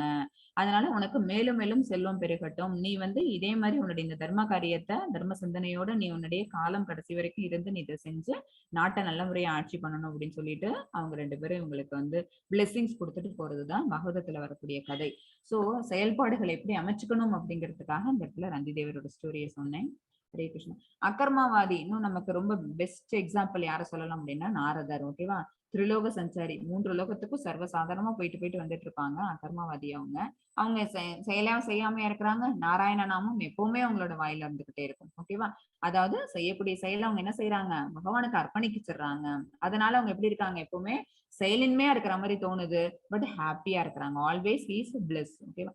கர்மா, விகர்மா மற்றும் அகர்மா இடையே உள்ள வேறுபாடு தான் இப்ப நம்ம பார்த்தோம். கர்மாங்கிறது கர்மவாதிகள் பண்ணக்கூடிய விஷயங்கள். அது என்ன அப்படின்னா they rightly doing their things. அவங்களுக்கு விதிக்கப்பட்ட கடமை என்ன இருக்குதோ அந்த கடமைய அந்த ரெகுலேட்டிவ் பிரின்சிபல்ஸ ஃபாலோ பண்ணி அவங்க செஞ்சுறாங்க. என்னென்ன ரெகுலேட்டிவ் பிரின்சிபல்ஸ் நேத்தி கிளாஸ்ல சொல்லி இருக்கிறோம். மது, மாது, சூது, அப்புறம் மாமிசம். ஓகேவா? No illicit sex, no gambling, அப்புறம் வேற என்ன விஷயங்கள் இருக்கு, லிக்கர் அதை எடுத்துக்க கூடாது. அப்புறம் நம்ம வந்து மீட் ஈட்டிங் அதுவும் இருக்கக்கூடாது. ஓகேவா? 4 விஷயங்கள் இல்லாம இருந்தோம் அப்படின்னாலே நம்ம ரெகுலேட்டிவ் பிரின்சிபல்ஸ் படி வாழறோம்னு அர்த்தம். சோ அப்படி தன்னுடைய செயல்பாடுகளை செஞ்சுட்டு இருக்கவங்க என்ன, இந்த ஞானத்தை எடுத்துட்டு இருப்பாங்க. இந்த அறிவு கிடைச்சது அப்படின்னா அவங்களுக்கு என்ன இருக்கும், தன்னில் திருப்தி ஊற்று பகவானை திருப்திப்படுத்துற அந்த நிலைமையில இருப்பாங்க. விகர்மாங்கிறவங்க யாரு அப்படின்னா, விகர்மவாதிகள் அப்படின்னா என்ன அப்படின்னா, செய்யக்கூடாத தீய செயல்களை செய்யறவங்க, அல்லது செய்யற செயல்கள்ல கூட என்ன செய்வாங்க, பிரின்சிபல்ஸ ஃபாலோ பண்ணாம செய்யறவங்க. அந்த மாதிரி நம்ம இருக்கக்கூடாது. அகர்மாங்கிறது என்ன அப்படின்னா ஞானிகள் பண்ணக்கூடியது. அகர்மாவாதி அப்படிங்கிறவங்களே யாரு அப்படின்னு பார்த்தா ஞானிகள். ஏன்னா இங்க செயல்பாடுகள் செய்யணுமா, இந்த ஃபேமிலியில நான் இருக்கிறேன்னா இங்க என்ன விஷயம் இருக்குது, ஓகே இது எல்லாமே ஃபார் காட் சேக் நான் செய்யறேன் அப்படின்னு செய்யறோம்ல, அது அகர்மாவாதி. ஞானிகள் அவங்க தன்னில் திருப்தி விடுவாங்க. தனக்காக செயல்பாடுகளை செய்யலனாலும் பகவானை திருப்திப்படுத்திட்டோம் அப்படிங்கிற அந்த செல்ஃப் சாட்டிஸ்பாக்சன் அவங்க கிட்ட இருக்கும். இதுதான் நம்ம மூணுத்துக்கான டிஃபரன்ஸ். ஓகேவா? இப்ப பக்தி தொண்டுல வந்து நிறைய லெவல்ஸ் இருக்குன்னு சொன்னோமா, அதுதான் இப்ப வரப்போகுது, நம்ம பார்க்க போறோம். பக்தி தொண்டில் படிப்படியாக முன்னேறுவது எப்படி? ஃபர்ஸ்ட் என்ன இருக்கணும் அப்படின்னா நம்பிக்கை, ஸ்ரத்தா. ஓகேவா? ஸ்ரத்தா இருந்தது, பகவான் மேல நம்பிக்கை இருந்தது அப்படின்னா நம்ம என்ன செய்ய ஆரம்பிப்போம், பக்தி தொண்டு செய்ய ஆரம்பிப்போம். ஓகேவா? இந்த ஸ்ரத்தா. அடுத்தது பக்தர்களுடன் சங்கம், சாது சங்கான்னு பேரு. டிவோட்டிஸ் எல்லாரும் கூட நம்ம அசோசியேட் பண்ணிக்கணும். ஓகேவா? அப்பதான் நமக்கு தெரிஞ்ச நாலேஜ் என்ன இருக்குதோ அடுத்தவங்கள்ட்ட ஷேர் பண்ணுவோம், அவங்கள்ட்ட இருந்து கத்துப்போம். கேட்கறது மூலமா அந்த டிவோஷன் சர்வீஸ பண்றது. ஓகேவா? ஃபர்ஸ்ட் நம்பிக்கை நம்ம மனசுல வரணும். அடுத்தது பக்தர்களோட சங்கம், சாதுக்களோட நம்ம சங்கம் வச்சுக்கிட்டோம், அந்த கூட்டு வச்சுக்கிட்டோம் அப்படின்னா அப்ப என்ன ஆகும், அவங்களை பத்தின செய்திகள் நம்ம தெரிய வரும். கீர்த்தனங்கள் பாடுவோம், புகழாரங்கள் பாடுவோம். ஓகேவா? நிறைய விஷயங்களை கத்துக்க ஆரம்பிப்போம். அடுத்தது கிருஷ்ண உணர்வில் பயிற்சியை தொடங்குதல். சரியா? 3வது விஷயம். அடுத்து தேவையற்ற விஷயங்களை அகற்றுதல். அனர்த்த நிவர்த்தி அப்படின்னா என்ன அர்த்தம்னா, நம்ம இவ்வளவு நாள் நம்ம பண்ணிட்டு இருந்த செயல்பாடுகள்ல எத்தனையோ அன்னெசரி திங்ஸ் இருந்திருக்கும். அது எல்லாத்துக்கும் நம்ம என்ன பண்ணிடுவோம், ப்ரையாரிட்டி கொடுக்க மாட்டோம். அது எல்லாத்தையும் தள்ளி வச்சுட்டு ஃபர்ஸ்ட் ப்ரையாரிட்டி டிவோஷன் சர்வீஸ் பண்றதுக்கு. ஓகேவா? புக்ஸ் படிக்கிறதுக்கு, இதுக்கு பண்ண ஆரம்பிப்போம். அடுத்தது விசுவாசம். நம்ம இதெல்லாம் பண்ண ஆரம்பிச்சா நம்ம பகவானுக்கு நம்ம என்ன செய்வோம், ரொம்ப விசுவாசத்தோட டிவோஷனல் சர்வீஸ் பண்ணுவோம். டெய்லி கோவிலுக்கு போறது, அப்புறம் டெம்பிள்ல ஹாரத்தி பாக்குறது, வீட்டுல வந்து துளசி செடி நட்டு அந்த துளசி செடிக்கு நம்ம வந்து டெய்லி ஹாரத்தி காமிக்கிறது, துளசி பஜன்ஸ் பாடுறது. ஓகேவா? அப்புறம் கோவிலுக்கு போனோம்னாலும் கோவில்ல இருக்கிற இருக்கிற டயட்டிஸ்க்கு எல்லாம் கிளீன் பண்ணி கொடுக்கறது, பூ வாங்கி பூ கட்டி கொடுக்கறது, இந்த மாதிரி டிவோஷனல் சர்வீஸ் பண்ணாரு. கிருஷ்ண உணர்வில் சுவையை நடைமுறையில் அறிதல், அந்த சுவை, ஓகேவா, அந்த ருச்சிங்கிறது இது என்ன அப்படின்னு பாத்தீங்கன்னா ருச்சின்னு அர்த்தம். அந்த ருச்சிங்கிறது கிடைச்சிருச்சுன்னு வச்சுக்கோங்களேன், இதான் நான் டேஸ்ட்னு சொன்னேன் ஆரம்பத்துல, ஒரு ஹையர் டேஸ்ட் நம்ம பண்ணிட்டோம் அப்படின்னா அதுக்கப்புறம் நமக்கு கீழான நிலைக்கு வரமாட்டோம். சாதாரணமா நான் சாப்பிடுற விஷயத்திலே காஃபி டீ குடிச்சிட்டு இருக்கிறவங்க காஃபி டீ இதுல குடிக்க கூடாது அப்படின்னு சொன்னாங்கன்னு வச்சுக்கோங்களேன், நம்ம வேற ஒரு விஷயத்துக்கு நம்ம மாறிக்கிட்டோம் அப்படின்னா மறுபடியும் இதுக்கு சுவிட்ச் ஓவர் ஆகவே மாட்டோம். ஏன் அப்படின்னா இதை விட ஹையர் டேஸ்ட் அது கொடுக்குது. அந்த ருச்சி எது அப்படின்னு பாத்தீங்கன்னா பௌதிக விஷயங்கள் இல்ல, ஆன்மீக விஷயம் தான் நல்ல ருசியை கொடுக்குதுன்னா நம்ம அதுக்கப்புறம் அதை விட மாட்டோம். அடுத்தது கிருஷ்ணரிடம் உள்ள பற்றுதல், அதுக்கு மேல என்ன ஆயிடுது அப்படின்னு இது பேர் ஆசக்தின்னு பேரு. ருச்சிக்கு அப்புறம் இருக்கிறது சான்ஸ்கிரிட்ல ஆசக்தின்னு சொல்லுவாங்க. அது கிருஷ்ணரிடம் நம்ம பற்றுதல் இங்க விட்டுட்டோமா, சோ பற்றுதலை எங்க வைப்போம், பகவான் மேல வைக்க ஆரம்பிப்போம். நிலை பரவச நிலைக்கு போவோம். அடுத்தது பிரேம நிலை, கடவுளின் அன்பு, அதுதான் பிரேமம். அவங்க மேல நம்ம நமக்கு என்ன வரும் அப்படின்னா பியோர் லவ். சரியா, அவங்க மேல நம்ம அன்பு வைக்க ஆரம்பிச்சோம்னா நம்ம செய்யக்கூடிய செயல்கள் எல்லாம் அவங்களுக்கே நம்ம அர்ப்பணம்ங்கிறத பண்ண ஆரம்பிப்போம். இதுதான் பக்தி தொண்டில் இந்த 9 நிலைகள். இந்த 9 நிலைகளை கடந்து இந்த பாவ நிலை பிரேம நிலையில தன்னுடைய பக்தியை வெளிப்படுத்தினவங்க தான் யாரு அப்படின்னா சைத்தன்ய மகாபிரபுவங்க. அப்புறம் கோஸ்வாமிகள் 6 பேர் நம்ம பார்த்தோமா, அவங்க எல்லாருமே அப்படிதான். சரியா, நாமாச்சாரியார் எல்லாருமே வந்து பகவான் வந்து எந்த மாதிரியான பொசிஷன்ல இருந்து அவங்க பகவான பிரார்த்தனைகள் பண்ணினாங்க அப்படின்னா பாவ நிலை பிரேம நிலையில. நம்ம எல்லாரும் எதுல இருக்கோம் அப்படின்னா நியோபைட்ஸ், ஆரம்ப நிலையில நம்ம இருக்கிறோம். நம்மளும் இதுல படிப்படியா முன்னேறி இந்த இடத்துக்கு வர முடியும். இந்த மாதிரி நம்மளோட சர்வீசஸ தொடர்ந்து பண்றது மூலமாவும் இந்த இதுல ப்ராக்ரஸ் ஆகிறது மூலமாவும். அது 4.34. Yes, Mataji. तद्विद्धि प्रणिपातेन परिप्रश्नेन सेवया उपदेश्यन्ति ते ज्ञानं ज्ञानिनस्तत्त्वदर्शिनः. हरे कृष्ण ஹரே माताजी. கிருஷ்ணா. இந்த மாதிரி விஷயங்கள்லாம் நம்மளுக்கு எப்படி தெரியும் அப்படின்னா நம்ம வந்து we have to approach one spiritual master. இங்க இருக்கிறது யாரு 2 பேரும் அப்படின்னு பாத்தீங்கன்னா பகவான் கிருஷ்ணரும் பலராமரும் தான். ஓகேவா, கிருஷ்ணர் அண்ட் பலராமர் வந்து அவங்க கோகுலத்துல இருந்த போது இவங்க 2 பேருமே யாரு அப்படின்னு பாத்தீங்கன்னா எல்லாம் தெரிஞ்சவங்க, வேதங்களை படைச்சவங்களே அவங்கதான். வேதங்கள் யார பத்தி புகழாரங்கள் பாடுது அப்படின்னா பகவானை பத்தி தான். ஆனா அவங்களும் என்ன செஞ்சாங்க, இங்க பௌதிக உலகத்துக்கு அவங்க தோன்றும் போது அவங்களும் சாதாரண அந்த கோப சிறுவர்களா தன்னை காமிச்சுக்கிட்டதுனால மற்ற கோப சிறுவர்கள் எப்படி போய் ஒரு ஆச்சாரியர் கிட்ட படிச்சாங்களோ அதே மாதிரி இவங்களும் பாடம் படிச்சாங்கன்னு சாந்திபனி முனிவர் கிட்ட இவங்களும் என்ன குருகுலத்துல சேர்ந்து சீடர்களா தன்னோட கல்வியை பயின்றாங்க. அந்த இமேஜ் தான் இது. ஆன்மீக குருவை அணுகி உண்மை அறிய முயற்சி செய்யணும். சரியா, அடக்கத்துடன் அவரிடம் வினாக்களை எழுப்பி அவருக்கு தொண்டு செய். உண்மையை கண்டவர்கள் தன்னுணர்வு பெற்ற ஆத்மாக்கள் உனக்கு ஞானத்தை அளிக்க முடியும். நமக்கு யார் ஞானத்தை கொடுப்பா அப்படின்னா நமக்கும் பகவானுக்குமான நடுவுல அந்த ஸ்டிக் போட்டு ஓட்டுற அந்த ஸ்டிக் ஆகிறது இருக்கு பாத்தீங்களா, அந்த க்ளூ யாரு அப்படின்னு பாத்தீங்கன்னா ஸ்பிரிச்சுவல் மாஸ்டர் தான். நம்மளாவே டைரக்டா டிவோஷனல் சர்வீஸ் பண்ணிட்டு போனோம்னாலும் நமக்கு யாராவது ஒருத்தவங்க சொல்லி அது மூலமா நம்ம போனோம்னு வச்சுக்கோங்களேன், அவங்கள ஃபாலோ பண்ணோம் அப்படின்னா நமக்கு அந்த பாத் வந்து ஈஸியா இருக்கும். சரியா, ஃபர்ஸ்ட் ஒரு இடத்துக்கு நம்ம போறோம், சும்மா போறதை விட ஒரு கைடோட போனோம்னு வச்சுக்கோங்களேன், அவங்க நமக்கு என்ன செய்வாங்க, இதெல்லாம் இம்பார்ட்டன்ட் பிளேசஸ்ன்னு காட்டுவாங்களே. ஒரு டூர் போகும்போது ஒரு டிராவல்லே என்ன இருக்கும் அப்படின்னா இதுக்கு முன்னாடி தெரிஞ்சவங்கள்ட்ட கேட்டு நம்ம போவோம். நம்மளா போனோம்னா கண்ணை கட்டி காட்டுல விட்ட மாதிரி இருக்குன்னு சொல்லலாம். அந்த மாதிரி நம்ம பகவானை நோக்கி போகணும் அப்படிங்கிற அந்த பாதையில நமக்கு ஹெல்ப் பண்றது யாரு அப்படின்னு பாத்தீங்கன்னா ஸ்பிரிச்சுவல் மாஸ்டர். அவங்க நமக்கு என்ன செய்வாங்க அப்படின்னா நமக்கு என்னென்னலாம் டவுட்ஸ் இருக்குதோ இதெல்லாம் நம்ம தெரிஞ்சுக்கணும்னு நினைக்கிறோமோ அது எல்லாத்தையும் நமக்கு விளக்கி அந்த ஞானத்தை நமக்கு கொடுப்பாங்க. இந்த மாதிரி நம்ம பகவான் சொன்ன அந்த உன்னத அறிவை இந்த நம்ம படிச்சிருக்க இந்த பகவத்கீதை ஆசிட்டிஸ் புக் மூலமா நம்மளால வந்து நம்ம பிரபுபாதா அவங்க எழுதின அந்த பர்பஸ் மூலமா தெரிஞ்சுக்கிறது மூலமா நம்மளால இந்த உன்னதறிவுல ஒரு சிறு அளவேனும் நம்மளால எடுத்துட்டு இருக்க முடியும். ஓகேவா, ஹரே கிருஷ்ணா. இதோட இன்னைக்கு இந்த சாப்டர் முடியுது. ஹரே கிருஷ்ணா. வாஞ்சாகல்ப தருபஷ கிருப சிந்துபியே வச்ச பதிதானாம் பாவனேபியோ விஷ்ணுவேபியோ நமோ நமக. ஜெய ஸ்ரீ கிருஷ்ண சைத்தன்ய பிரபு நித்யானந்த ஸ்ரீ அத்வைத கதாதர ஸ்ரீவாசாதி கௌர பக்த விருந்த. ஹரே கிருஷ்ண கிருஷ்ண கிருஷ்ண ஹரே ஹரே, ஹரே ராம ராம ராம ஹரே ஹரே. ஸ்ரீல பிரபுபாதா கி ஜெய், அனந்த கோடி வைஷ்ணவிஸ் கி ஜெய். ஹரே கிருஷ்ணா.